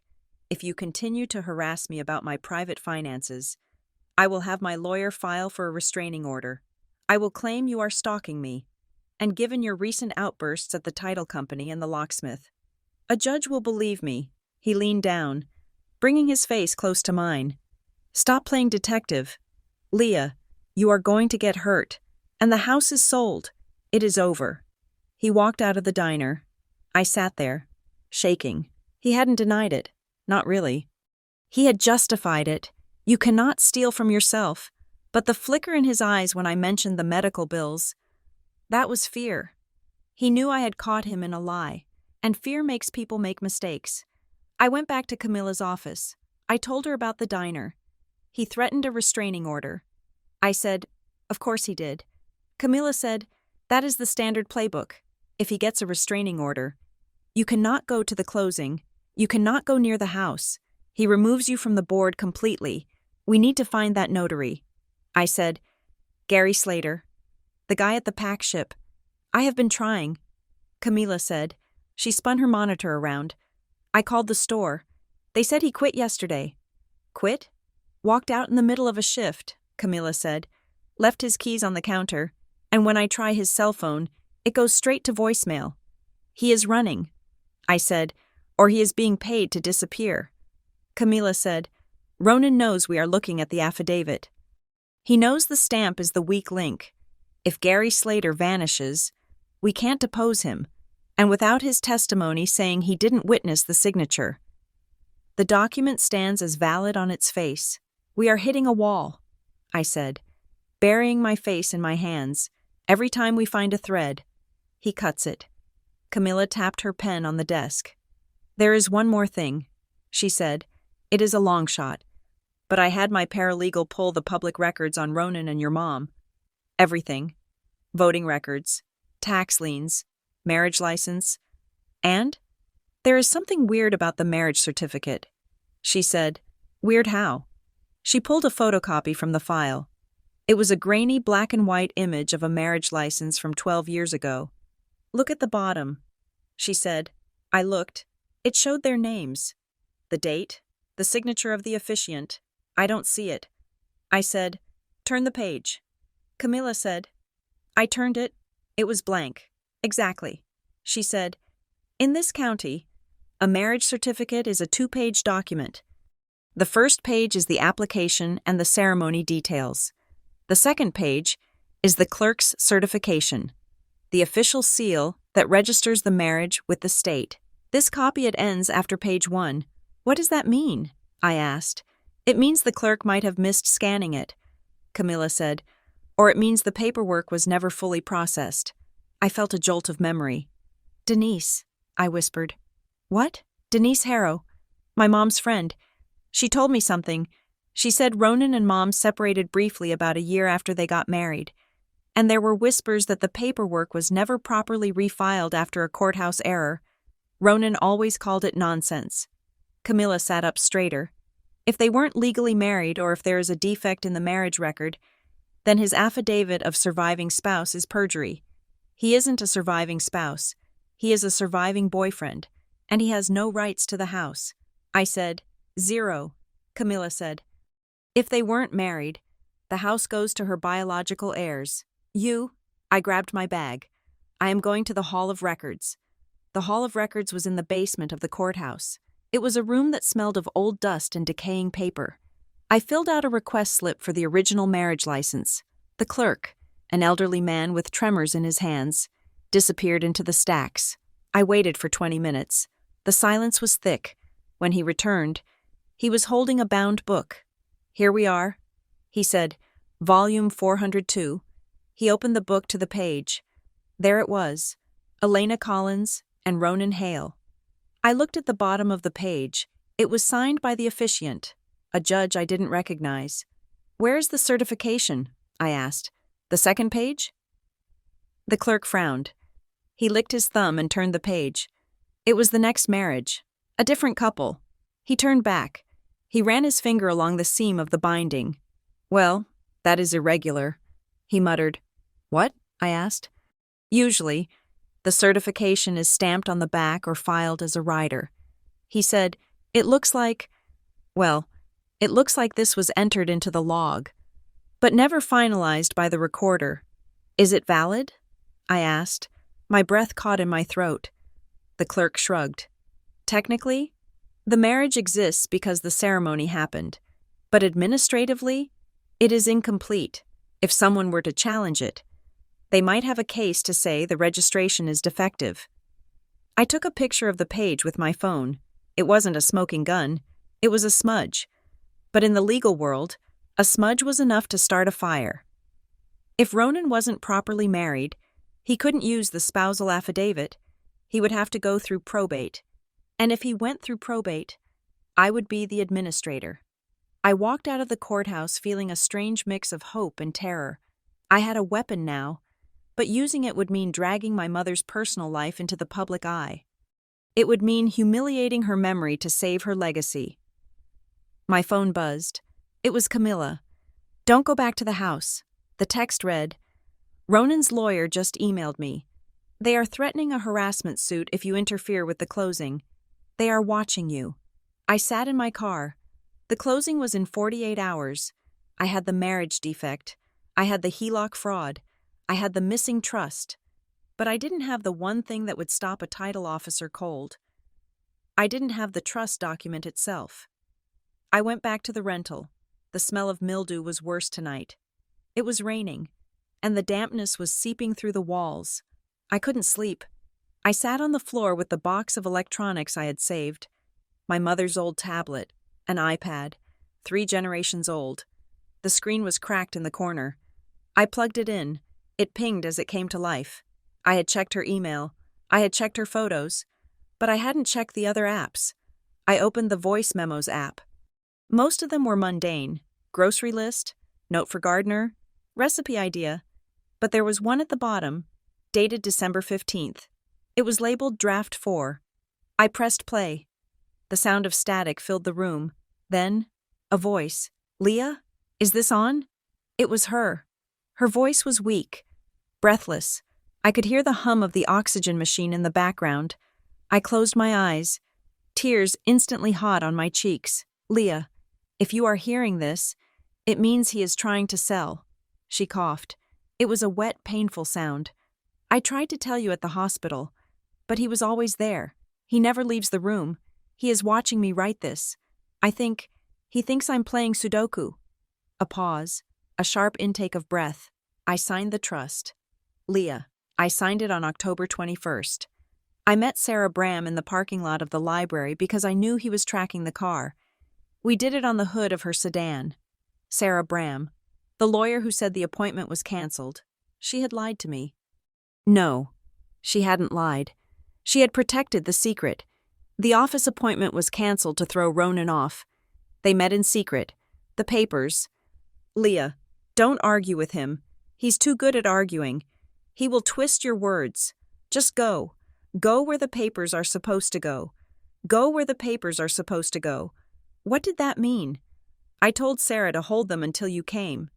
But if he finds out, he will destroy them. You have to get there first. Go to the closing. Leah, take the binder. Show them the truth. The recording ended with a click. I sat there in the dark. the silence ringing in my ears. Go where the papers are supposed to go. She didn't mean the lawyer's office. She meant the destination, the closing table. She wanted me to confront them. She wanted me to be the physical barrier between Ronan and the money. I looked at the clock. It was 3 a.m. The closing was Friday at 10 o'clock, at Northbridge Title Services. Camilla had warned me. If you interfere, he will sue you. But my mother had given me an order. Go to the closing. I wasn't going to interfere. I was going to testify. I stood up and started pacing the small room. I needed to organize. I needed to build a case that could be presented in 5 minutes. Before security threw me out, I grabbed a fresh binder from my supply box. I printed the photo of the marriage license defect. I printed the HELOC statement showing the wire transfer to account 8821. I printed the email from Sarah Bram's office. I printed the affidavit from Denise about the separation. I printed the rights of survivorship statutes for the state. I punched holes in the pages.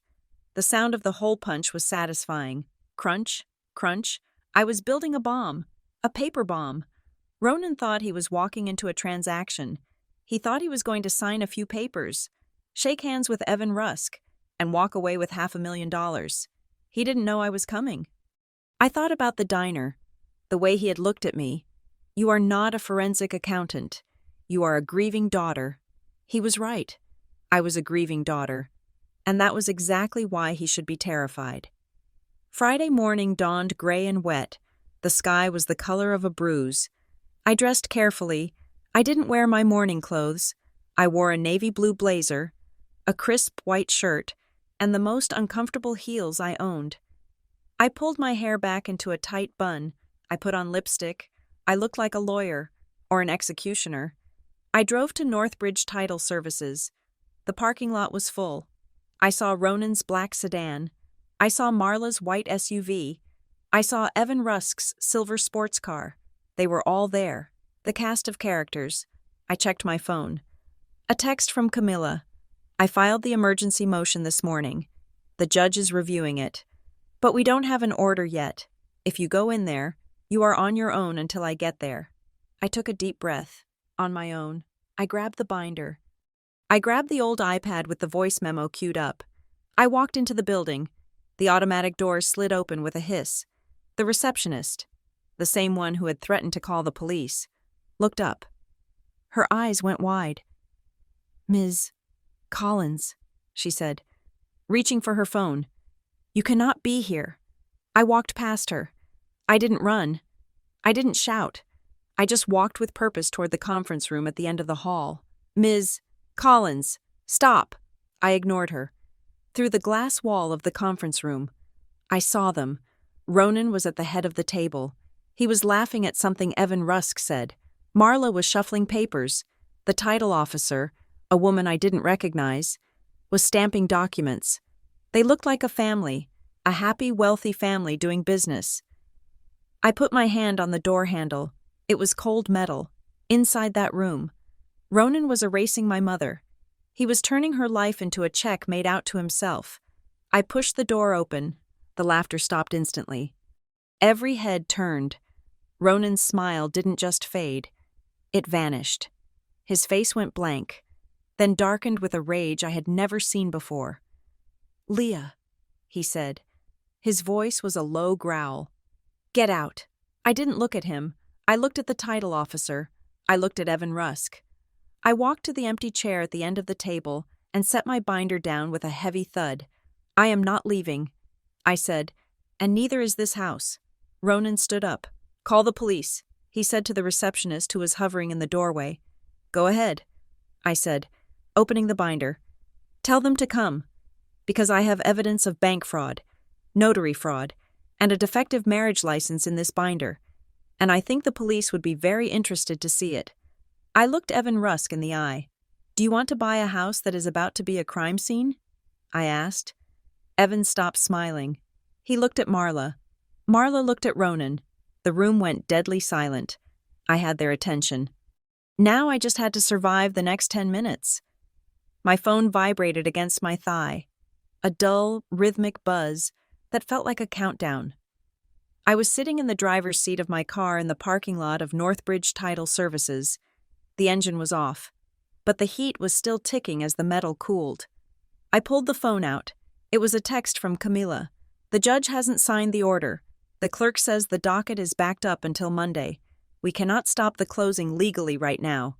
You are on your own." I stared at the screen until the letters blurred. Monday. The system worked on business days. But grief worked on weekends, and theft worked whenever it wanted to. Ronan had calculated this. He knew how to time a crisis. He knew that if he moved fast enough, the heavy machinery of the law would still be warming up its gears while he was already crossing the finish line. I looked up at the building. It was a sterile glass and steel box, the kind of place designed to make money feel clean. Inside, my mother's legacy was being dismembered on a mahogany table. I realized then that there was no referee. There was no adult coming to save me. There was just a motivated liar with a realtor and a buyer on standby. And then there was me, sitting in a Honda with a binder full of photocopies. I picked up the binder. It was heavy. Inside were the fragments of the truth, the deed history, the safe deposit letter, the home equity line of credit statements showing the wire transfer, the timeline of the life insurance beneficiary change, and the affidavit from Denise Harrow about my mother's intent to put me on the title. It wasn't a court order. It was just paper. But paper was all I had. I opened the car door and stepped out into the cold damp of the morning. My heels clicked on the asphalt. A sharp, military sound. I smoothed the front of my blazer. I had to look like I belonged there. I had to look like I was part of the transaction, not the debris it was leaving behind. I walked through the automatic doors and past the receptionist who had tried to stop me earlier. She was on the phone, her back turned, distracted by a blinking light on her console. I slipped past her desk and down the long hallway toward the conference room. The door was closed, but the blinds were open. I could see them. Ronan sat at the head of the table. He was wearing a navy suit, his posture relaxed. One hand resting on the table near a crystal pitcher of water. He looked calm. He looked like a man who had practiced his smile in the mirror that morning, adjusting it until it showed the perfect amount of widower's grace. Marla Vance sat to his right. She was animated, talking with her hands, laughing at something Evan Rusk said. Evan was leaning back in his chair, looking bored but satisfied. The look of a man who knows he's about to make a lot of money for very little work. The title officer, a woman with reading glasses on a chain, was organizing stacks of documents. Sign here, initial here, the rhythm of a sale. I took a deep breath, inhaling the scent of commercial carpet cleaner and expensive cologne, and pushed the door open. The conversation cut off instantly. It was as if I had pulled the plug on a radio. Ronan's head snapped toward me. For a second, just a split second, I saw the shock. His eyes widened. His mouth opened slightly. But then the mask slammed back down. "Leah," he said. His voice was smooth, polished stone. "I did not realize you were joining us." I walked to the empty chair at the foot of the table. Directly opposite him, I placed the binder on the table. It made a solid, heavy thud that echoed in the quiet room. "I am not joining you," I said. "I am interrupting you." Marla Vance let out a sigh, loud and theatrical. She turned to Evan Rusk with a look of long-suffering patience. "This is the daughter I mentioned," she said. "Leah, honey, we are in the middle of a legal transaction. This is not the time for family therapy." She looked at me with performative sympathy, her head tilted to the side. It was the look you give a toddler who is having a tantrum in a grocery store. It was designed to make me feel small. It was designed to make everyone else in the room see me as a disruptive stranger instead of a family member fighting for her home. I ignored her. I kept my eyes locked on the title officer. "My name is Leah Collins," I said. "I am the daughter of the decedent, Elena Collins, and I am here to formally object to this closing." The title officer stopped sorting papers. She looked from me to Ronan, then adjusted her glasses. "Ms. Collins," she said, her voice dry and bureaucratic. "Mr. Hale is the surviving spouse and the affidavit on file grants him authority to sell, unless you have a court order halting this sale. We are proceeding. I don't have a court order, I said. Ronan smiled. It was a small, tight victory. Then please leave, Ronan said. You are trespassing. I have something better than a court order. I said, I have notice. I opened the binder. I flipped past the title page to the first tab. I am putting this company on notice. I said to the title officer that you are about to ensure a fraudulent transaction.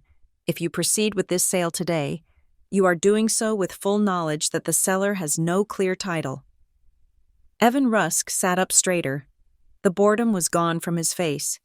He looked at the binder, then at me. What is she talking about? Evan asked. He didn't ask Ronan. He asked the room. She is upset, Ronan said quickly. She is grieving. She has been very unstable since the funeral.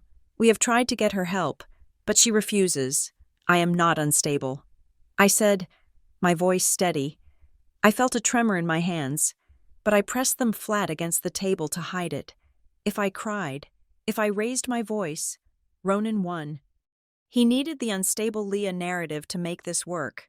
I had to be ice. I turned the binder toward the title officer. This is a copy of the deed history. I said, my mother owned this house solely. Ronan Hale's name was never on the title. We know that, the title officer said, sounding bored. That is why we have the spousal affidavit. It clears the title. I flipped the page. And this, I said, is a sworn affidavit from Denise Harrow, a witness who will testify that Ronan Hale and my mother were separated and that there is a defect in their marriage license record. Ronan laughed. It was a sharp, barking sound. This is ridiculous, he said. We were married for 12 years. I flipped to the next page. This is a statement from the county clerk's office regarding the missing certification on your marriage license. I said. The title officer leaned in, squinting at the page. She didn't look dismissive anymore. She looked annoyed. And this, I continued, is the most important part. I pointed to the copy of the notary log I had subpoenaed, or rather, the lack of one. The notary who stamped your affidavit, Gary Slater, has a history of complaints for notarizing without the signer present, I said, and strangely, he quit his job and vanished yesterday. I looked at Ronan. You weren't at the pack ship on January 7th. Ronan, you were at the house. I have the phone logs. You called me from the landline at the exact time this document was supposedly being stamped 5 miles away. Ronan's face didn't move. He was a statue. This is hearsay, he said calmly. You are throwing mud hoping something sticks. I looked at Evan Rusk. Mr. Rusk, I said, you are a developer. You know what happens when you buy a property with a cloud on the title. If I file a lawsuit tomorrow challenging the validity of that affidavit, you will be named as a defendant. Your title insurance might cover the legal fees, eventually, but your capital will be tied up for years. You won't be flipping this house in 3 months. You will be holding it while we depose every notary in the county. Evan looked at the binder. He looked at the title officer. Is any of this true? Evan asked. The title officer was flipping through the binder now. She was reading the affidavit from Denise. She was looking at the marriage license defect. I cannot verify these documents instantly, the title officer said. But, she paused. But what? Ronan demanded. His voice had lost its smooth edge. It was sharp now. But she has raised a valid objection regarding the probate status, the title officer said. If there is a dispute regarding the validity of the marriage or the spousal affidavit, that is a material fact. Material fact. The magic words. Evan Rusk slammed his hand on the table. I was told this was a clean deal, he said. Marla, you said the daughter was irrelevant. She is, Marla chirped, her smile straining at the edges. Evan, listen, this is just noise. She is trying to extort a payout. We can handle this. I am not looking for a payout. I said, I am looking for a probate judge. Evan turned to the title officer. Look, I want this property, he said. The numbers work. If I sign an indemnity agreement holding the title company harmless, can we close? He was trying to brute force the deal. He was offering to take the risk onto himself because the profit margin was high enough to justify it. Ronan nodded eagerly. Yes, we can sign an indemnity. I will indemnify the buyer against any future claims. I looked at Ronan. You will indemnify him? With what money? The money you stole from the home equity line? I flipped the binder to the bank statements. You drained the equity. Ronan, you don't have the assets to indemnify anyone. Ronan stood up. That is enough. The title officer raised a hand. Gentlemen, please, she said. I need a moment. I need to consult with our underwriting counsel. This is irregular. She stood up, gathered her notepad, and walked out of the room. The door clicked shut behind her. The silence that followed was suffocating. The air conditioner hummed. Outside the window, a car alarm chirped. Evan Rusk pulled out his phone and started typing furiously. Ignoring everyone, Marla was shuffling her papers, trying to look busy. Her face flushed red. Ronan walked around the table. He moved slowly, deliberately. He stopped right next to my chair. He was close enough that I could smell his cologne, sandalwood and musk. It was the smell of my mother's bedroom. He leaned down. His face was inches from my ear. You think you are clever, he whispered. I didn't look at him. I stared straight ahead at the empty chair where the title officer had been. I am just telling the truth, I said. He chuckled. It was a wet, low sound. The truth is what can be proven. Leah, he said, and you cannot prove anything. You have copies. You have theories. You have a binder full of garbage. He paused. His breath was warm against my neck. Your mother was a romantic, he whispered. She wanted everyone to be happy. She promised you everything. I felt a tear prick the corner of my eye. I fought it back, but she promised me nothing. Ronan hissed. She was going to leave me with nothing. After 12 years of managing her life? No, I fixed that. I fixed that. The words hung in the air like smoke. He admitted it. He didn't just admit to the theft. He admitted to the motive. He felt entitled to it. He felt that stealing her estate was just correcting an accounting error. I turned my head slowly to look at him. You fixed it, I repeated. I did what was necessary, he said, straightening up and adjusting his cufflinks. And this sale will go through.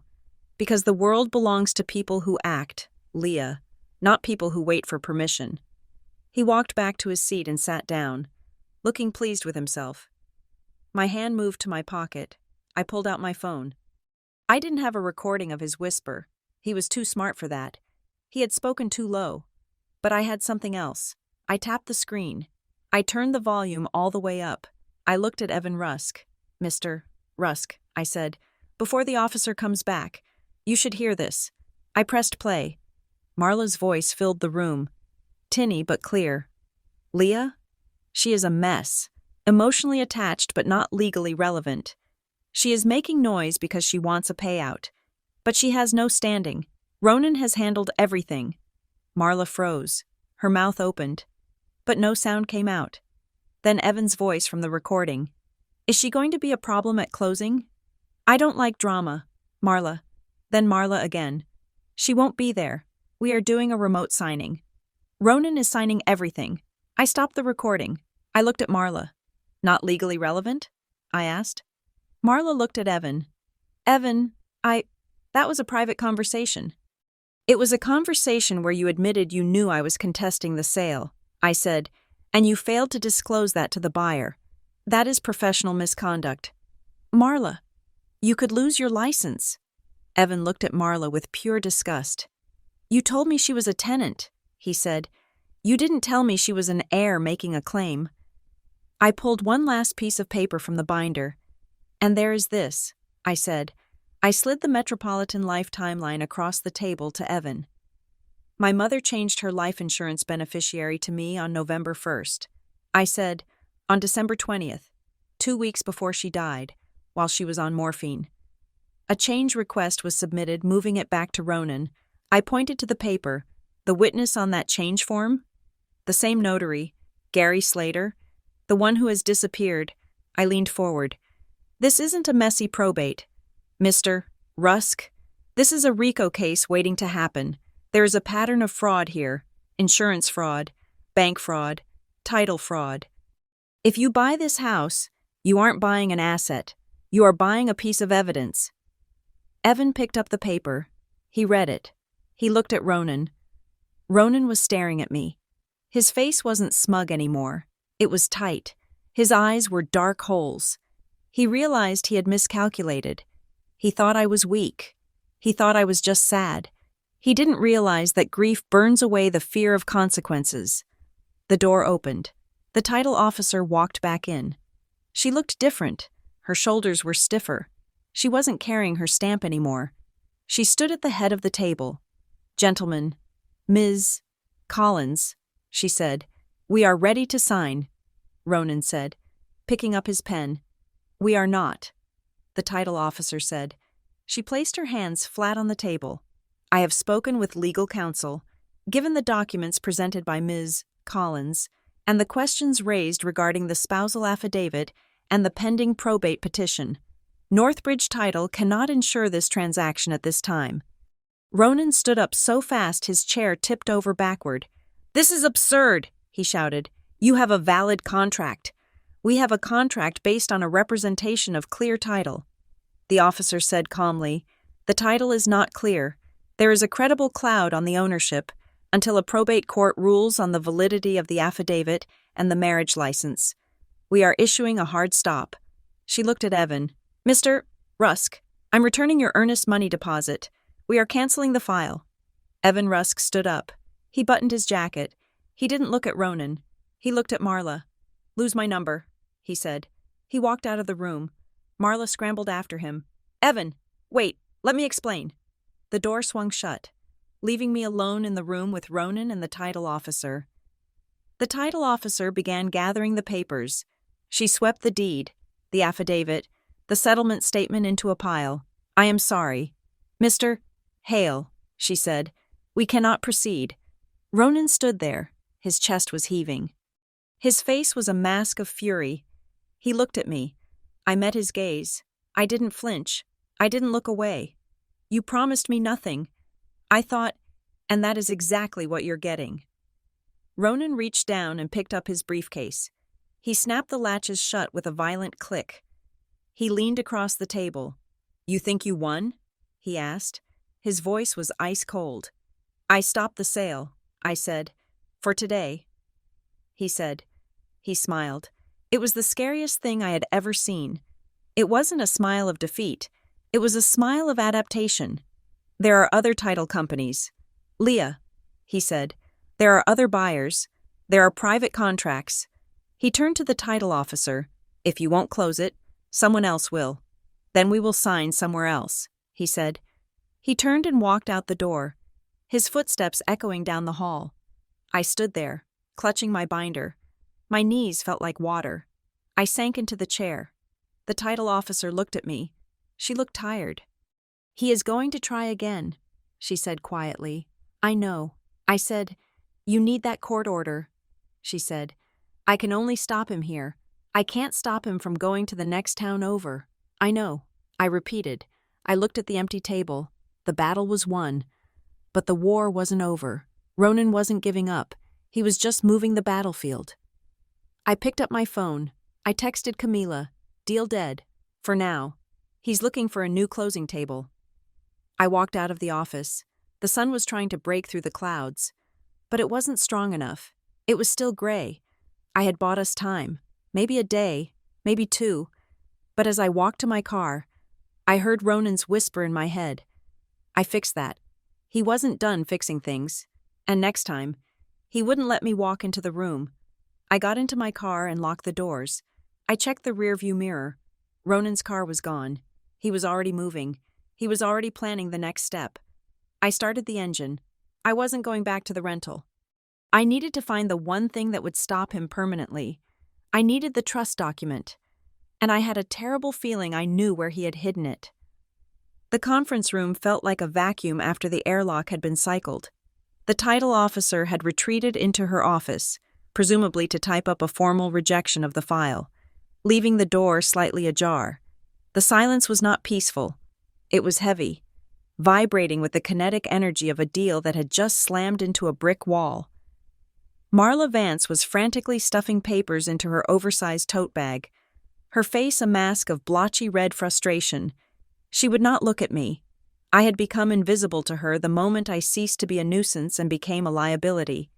But Evan Rusk did not leave. The developer stood by the window, his back to the room, phone pressed to his ear. He was speaking in a low, rapid murmur. I watched the tension in his shoulders, the way his hand gripped the sill. He was a man who measured the world in square footage and profit margins, and I had just introduced a variable he could not calculate: morality.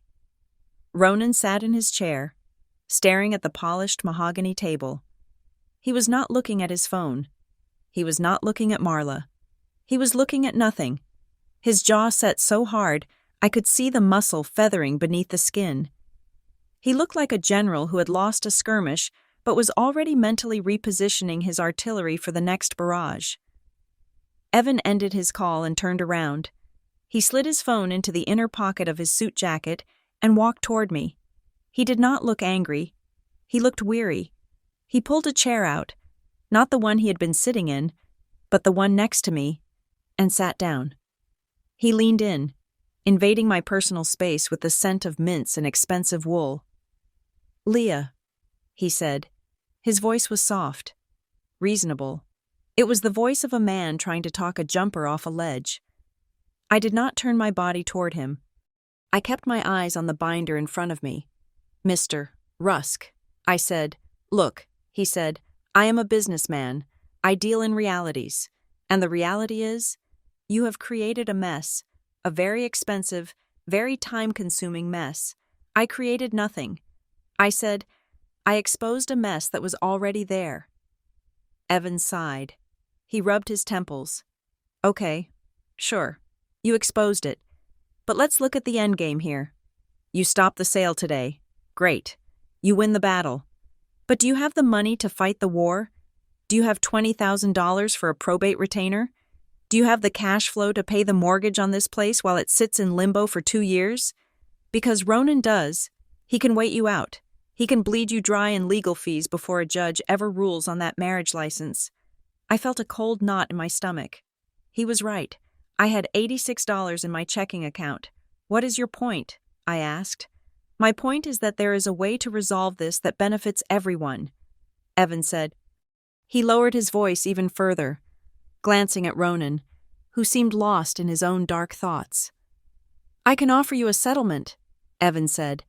"An out-of-court resolution." I looked at him then. "A settlement?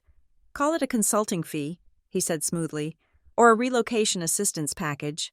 I can write you a check today, personal funds, $25,000, enough to get a nice apartment, pay off some bills, maybe take a trip, start fresh. $25,000. It was more money than I had seen in one place in my life. "And in exchange?" I asked. "In exchange, you sign a quitclaim deed," Evan said. "You waive any interest in the property. You let the sale proceed. We close next week. Ronan gets his payout. I get the house, and you get a check and your life back. No lawyers, no fighting. Just a clean break." He smiled. It was a practiced, benevolent smile. He wanted me to think he was saving me. I looked at his manicured hands. I looked at the gold watch on his wrist. "You think I am doing this for money?" I said. "Everyone is doing it for money." "Leah," he said, "that is how the world works. Your mother is gone. The house is just wood and drywall. Why destroy your own future trying to hold on to a ghost? Take the money. Be smart." I felt a flash of heat rise up my neck. It wasn't shame. It was clarity. $25,000, I repeated. Evan nodded, sensing a deal. "I can have a cashier's check in an hour." "That is the price of my mother's legacy?" I asked. "That is the price of letting a man steal her life's work?" Evan's smile faltered. "It is a generous offer. It is a bribe," I said, my voice rising. "You are trying to pay me to be an accomplice. You know he stole the equity. You know he forged the insurance. And you don't care. You just want the asset." I stood up, pushing my chair back. "Keep your money. Mr. Rusk, I am not selling my silence." Evan's face hardened. He stood up too, brushing invisible lint from his jacket. "You are making a mistake," he said coldly. "You are letting emotion drive the bus, and that always ends in a crash. I would rather crash," I said, "than ride with you." Ronan laughed. It was a low, dry sound from the other end of the table. He finally turned his head to look at me. "She is very righteous, isn't she, Evan?" Ronan asked.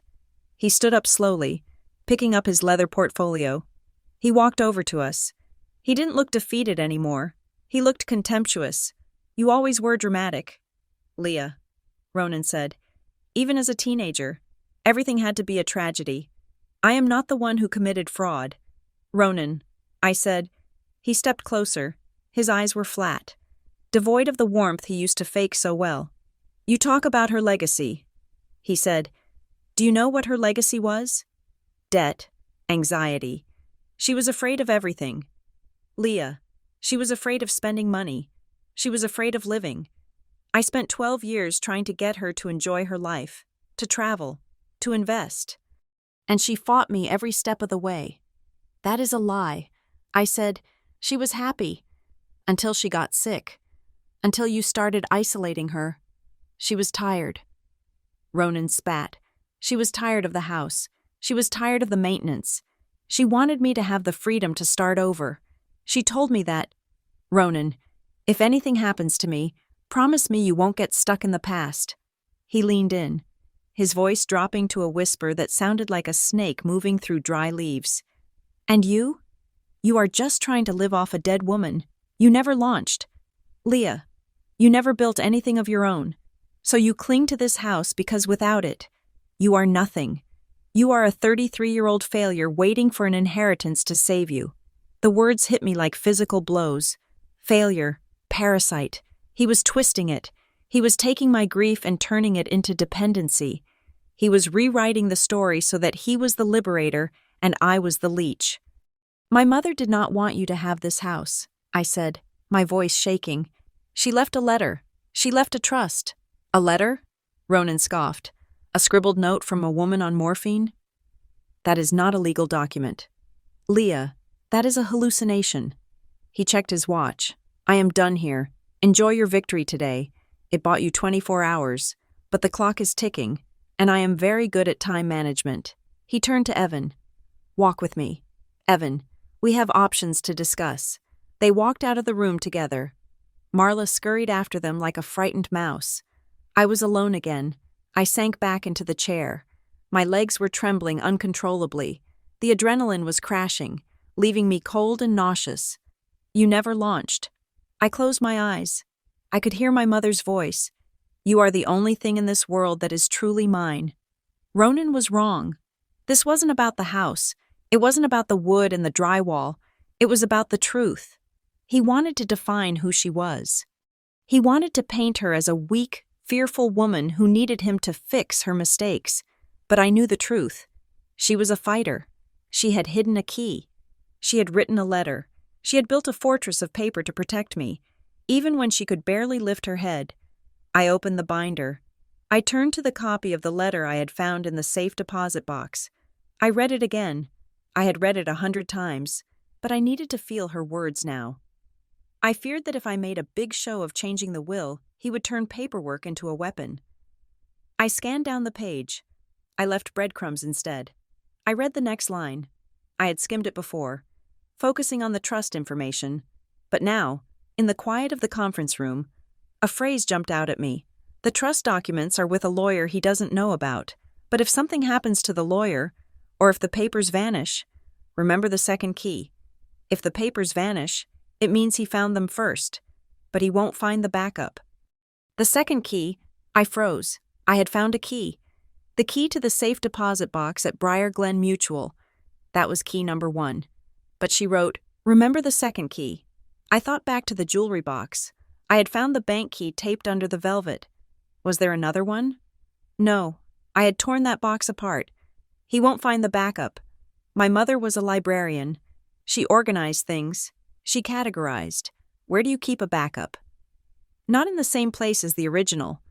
I grabbed my phone and took a picture of that specific paragraph. I zoomed in on her handwriting. The second key. Maybe it wasn't a bank key. Maybe it was a physical key. A key to a storage unit? A key to a file cabinet? The door cracked open.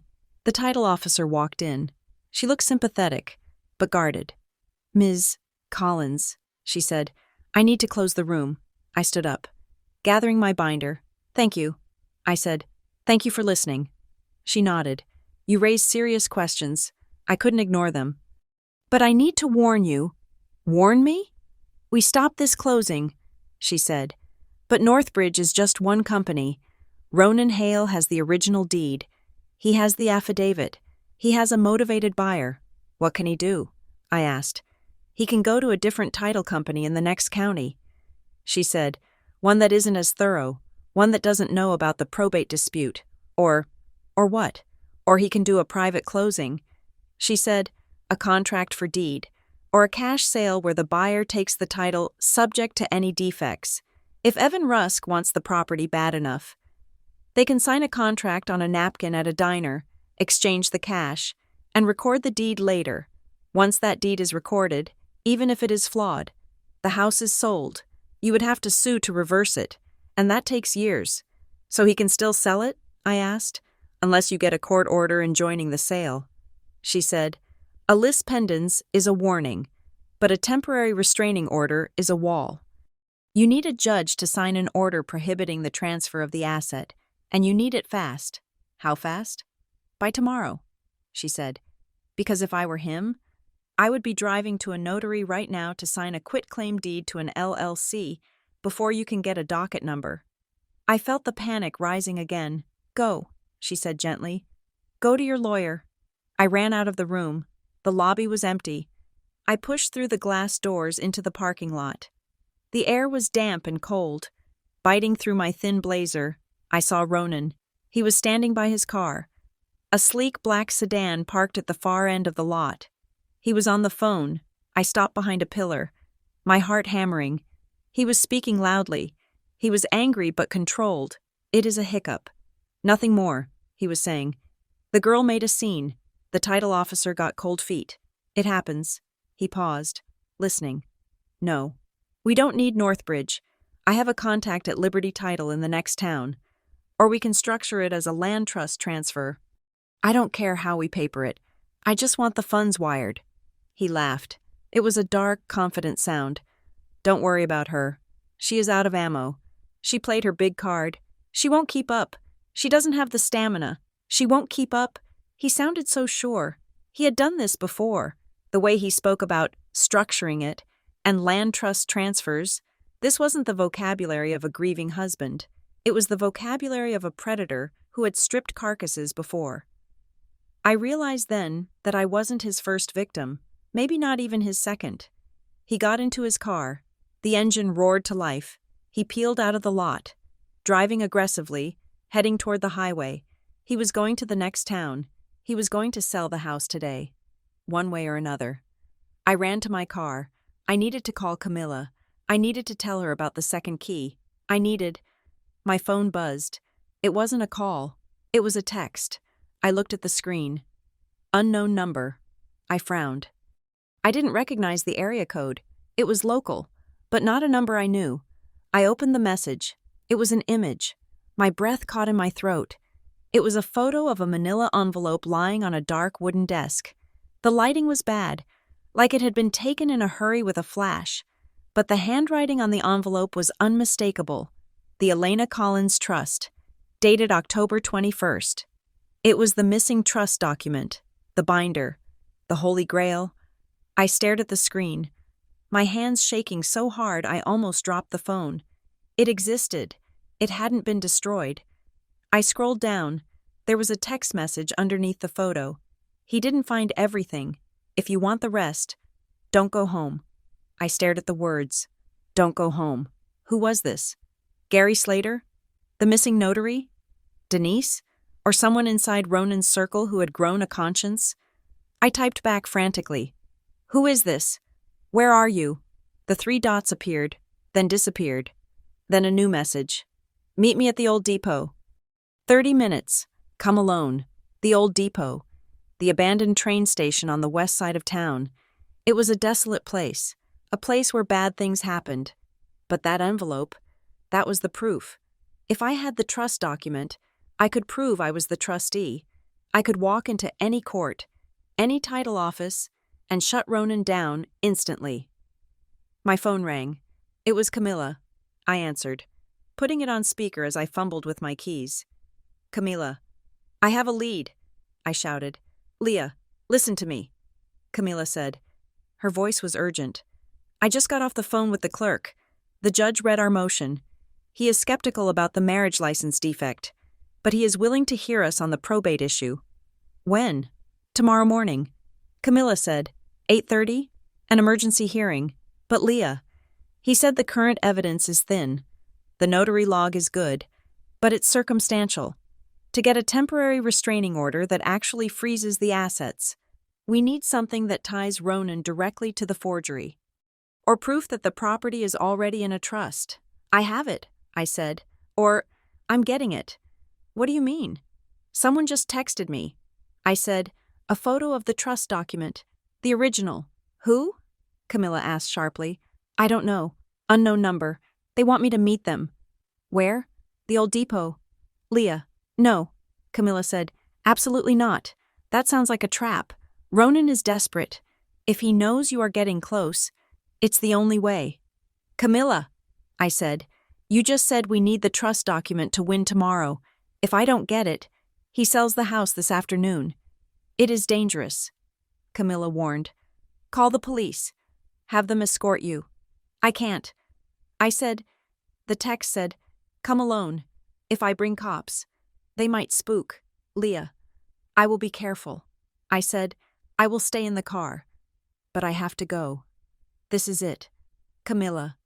This is the second key. I hung up before she could argue. I put the car in reverse. I backed out of the spot. As I turned the wheel, I looked toward the building entrance one last time. Evan Rusk was walking out. He stopped when he saw me. He was standing by his silver sports car. He didn't look arrogant anymore. He looked shaken. The deal had fallen apart, and he had been dragged into a mess he couldn't control. He locked eyes with me. For a moment, we just stared at each other across the wet asphalt. He shook his head slowly. He mouthed something. I read his lips. This isn't worth it. He got into his car and drove away fast, in the opposite direction of Ronan. He was running. He realized that this wasn't just a business deal gone wrong. It was a radioactive event. But he was wrong. It was worth it. I looked at the text message again. The old depot. I touched the picture of my mother's handwriting on the screen. If the papers vanish, it means he found them first. He hadn't found them first. Someone else had. I pressed the gas pedal. The Honda surged forward. I wasn't going home. I was going to the truth. Thank you so much for listening to part 6 of Get Out, I Sold the House. This story is getting intense. Who do you think sent that text message? Is it the notary trying to clear his conscience? Or is Leah walking into a trap set by Ronan? I want to hear your theories. Let me know in the comments where you are listening from. And please subscribe to Revenge Stories so you don't miss the next part. The showdown at the depot is coming, and you won't want to miss what happens next. Stay tuned.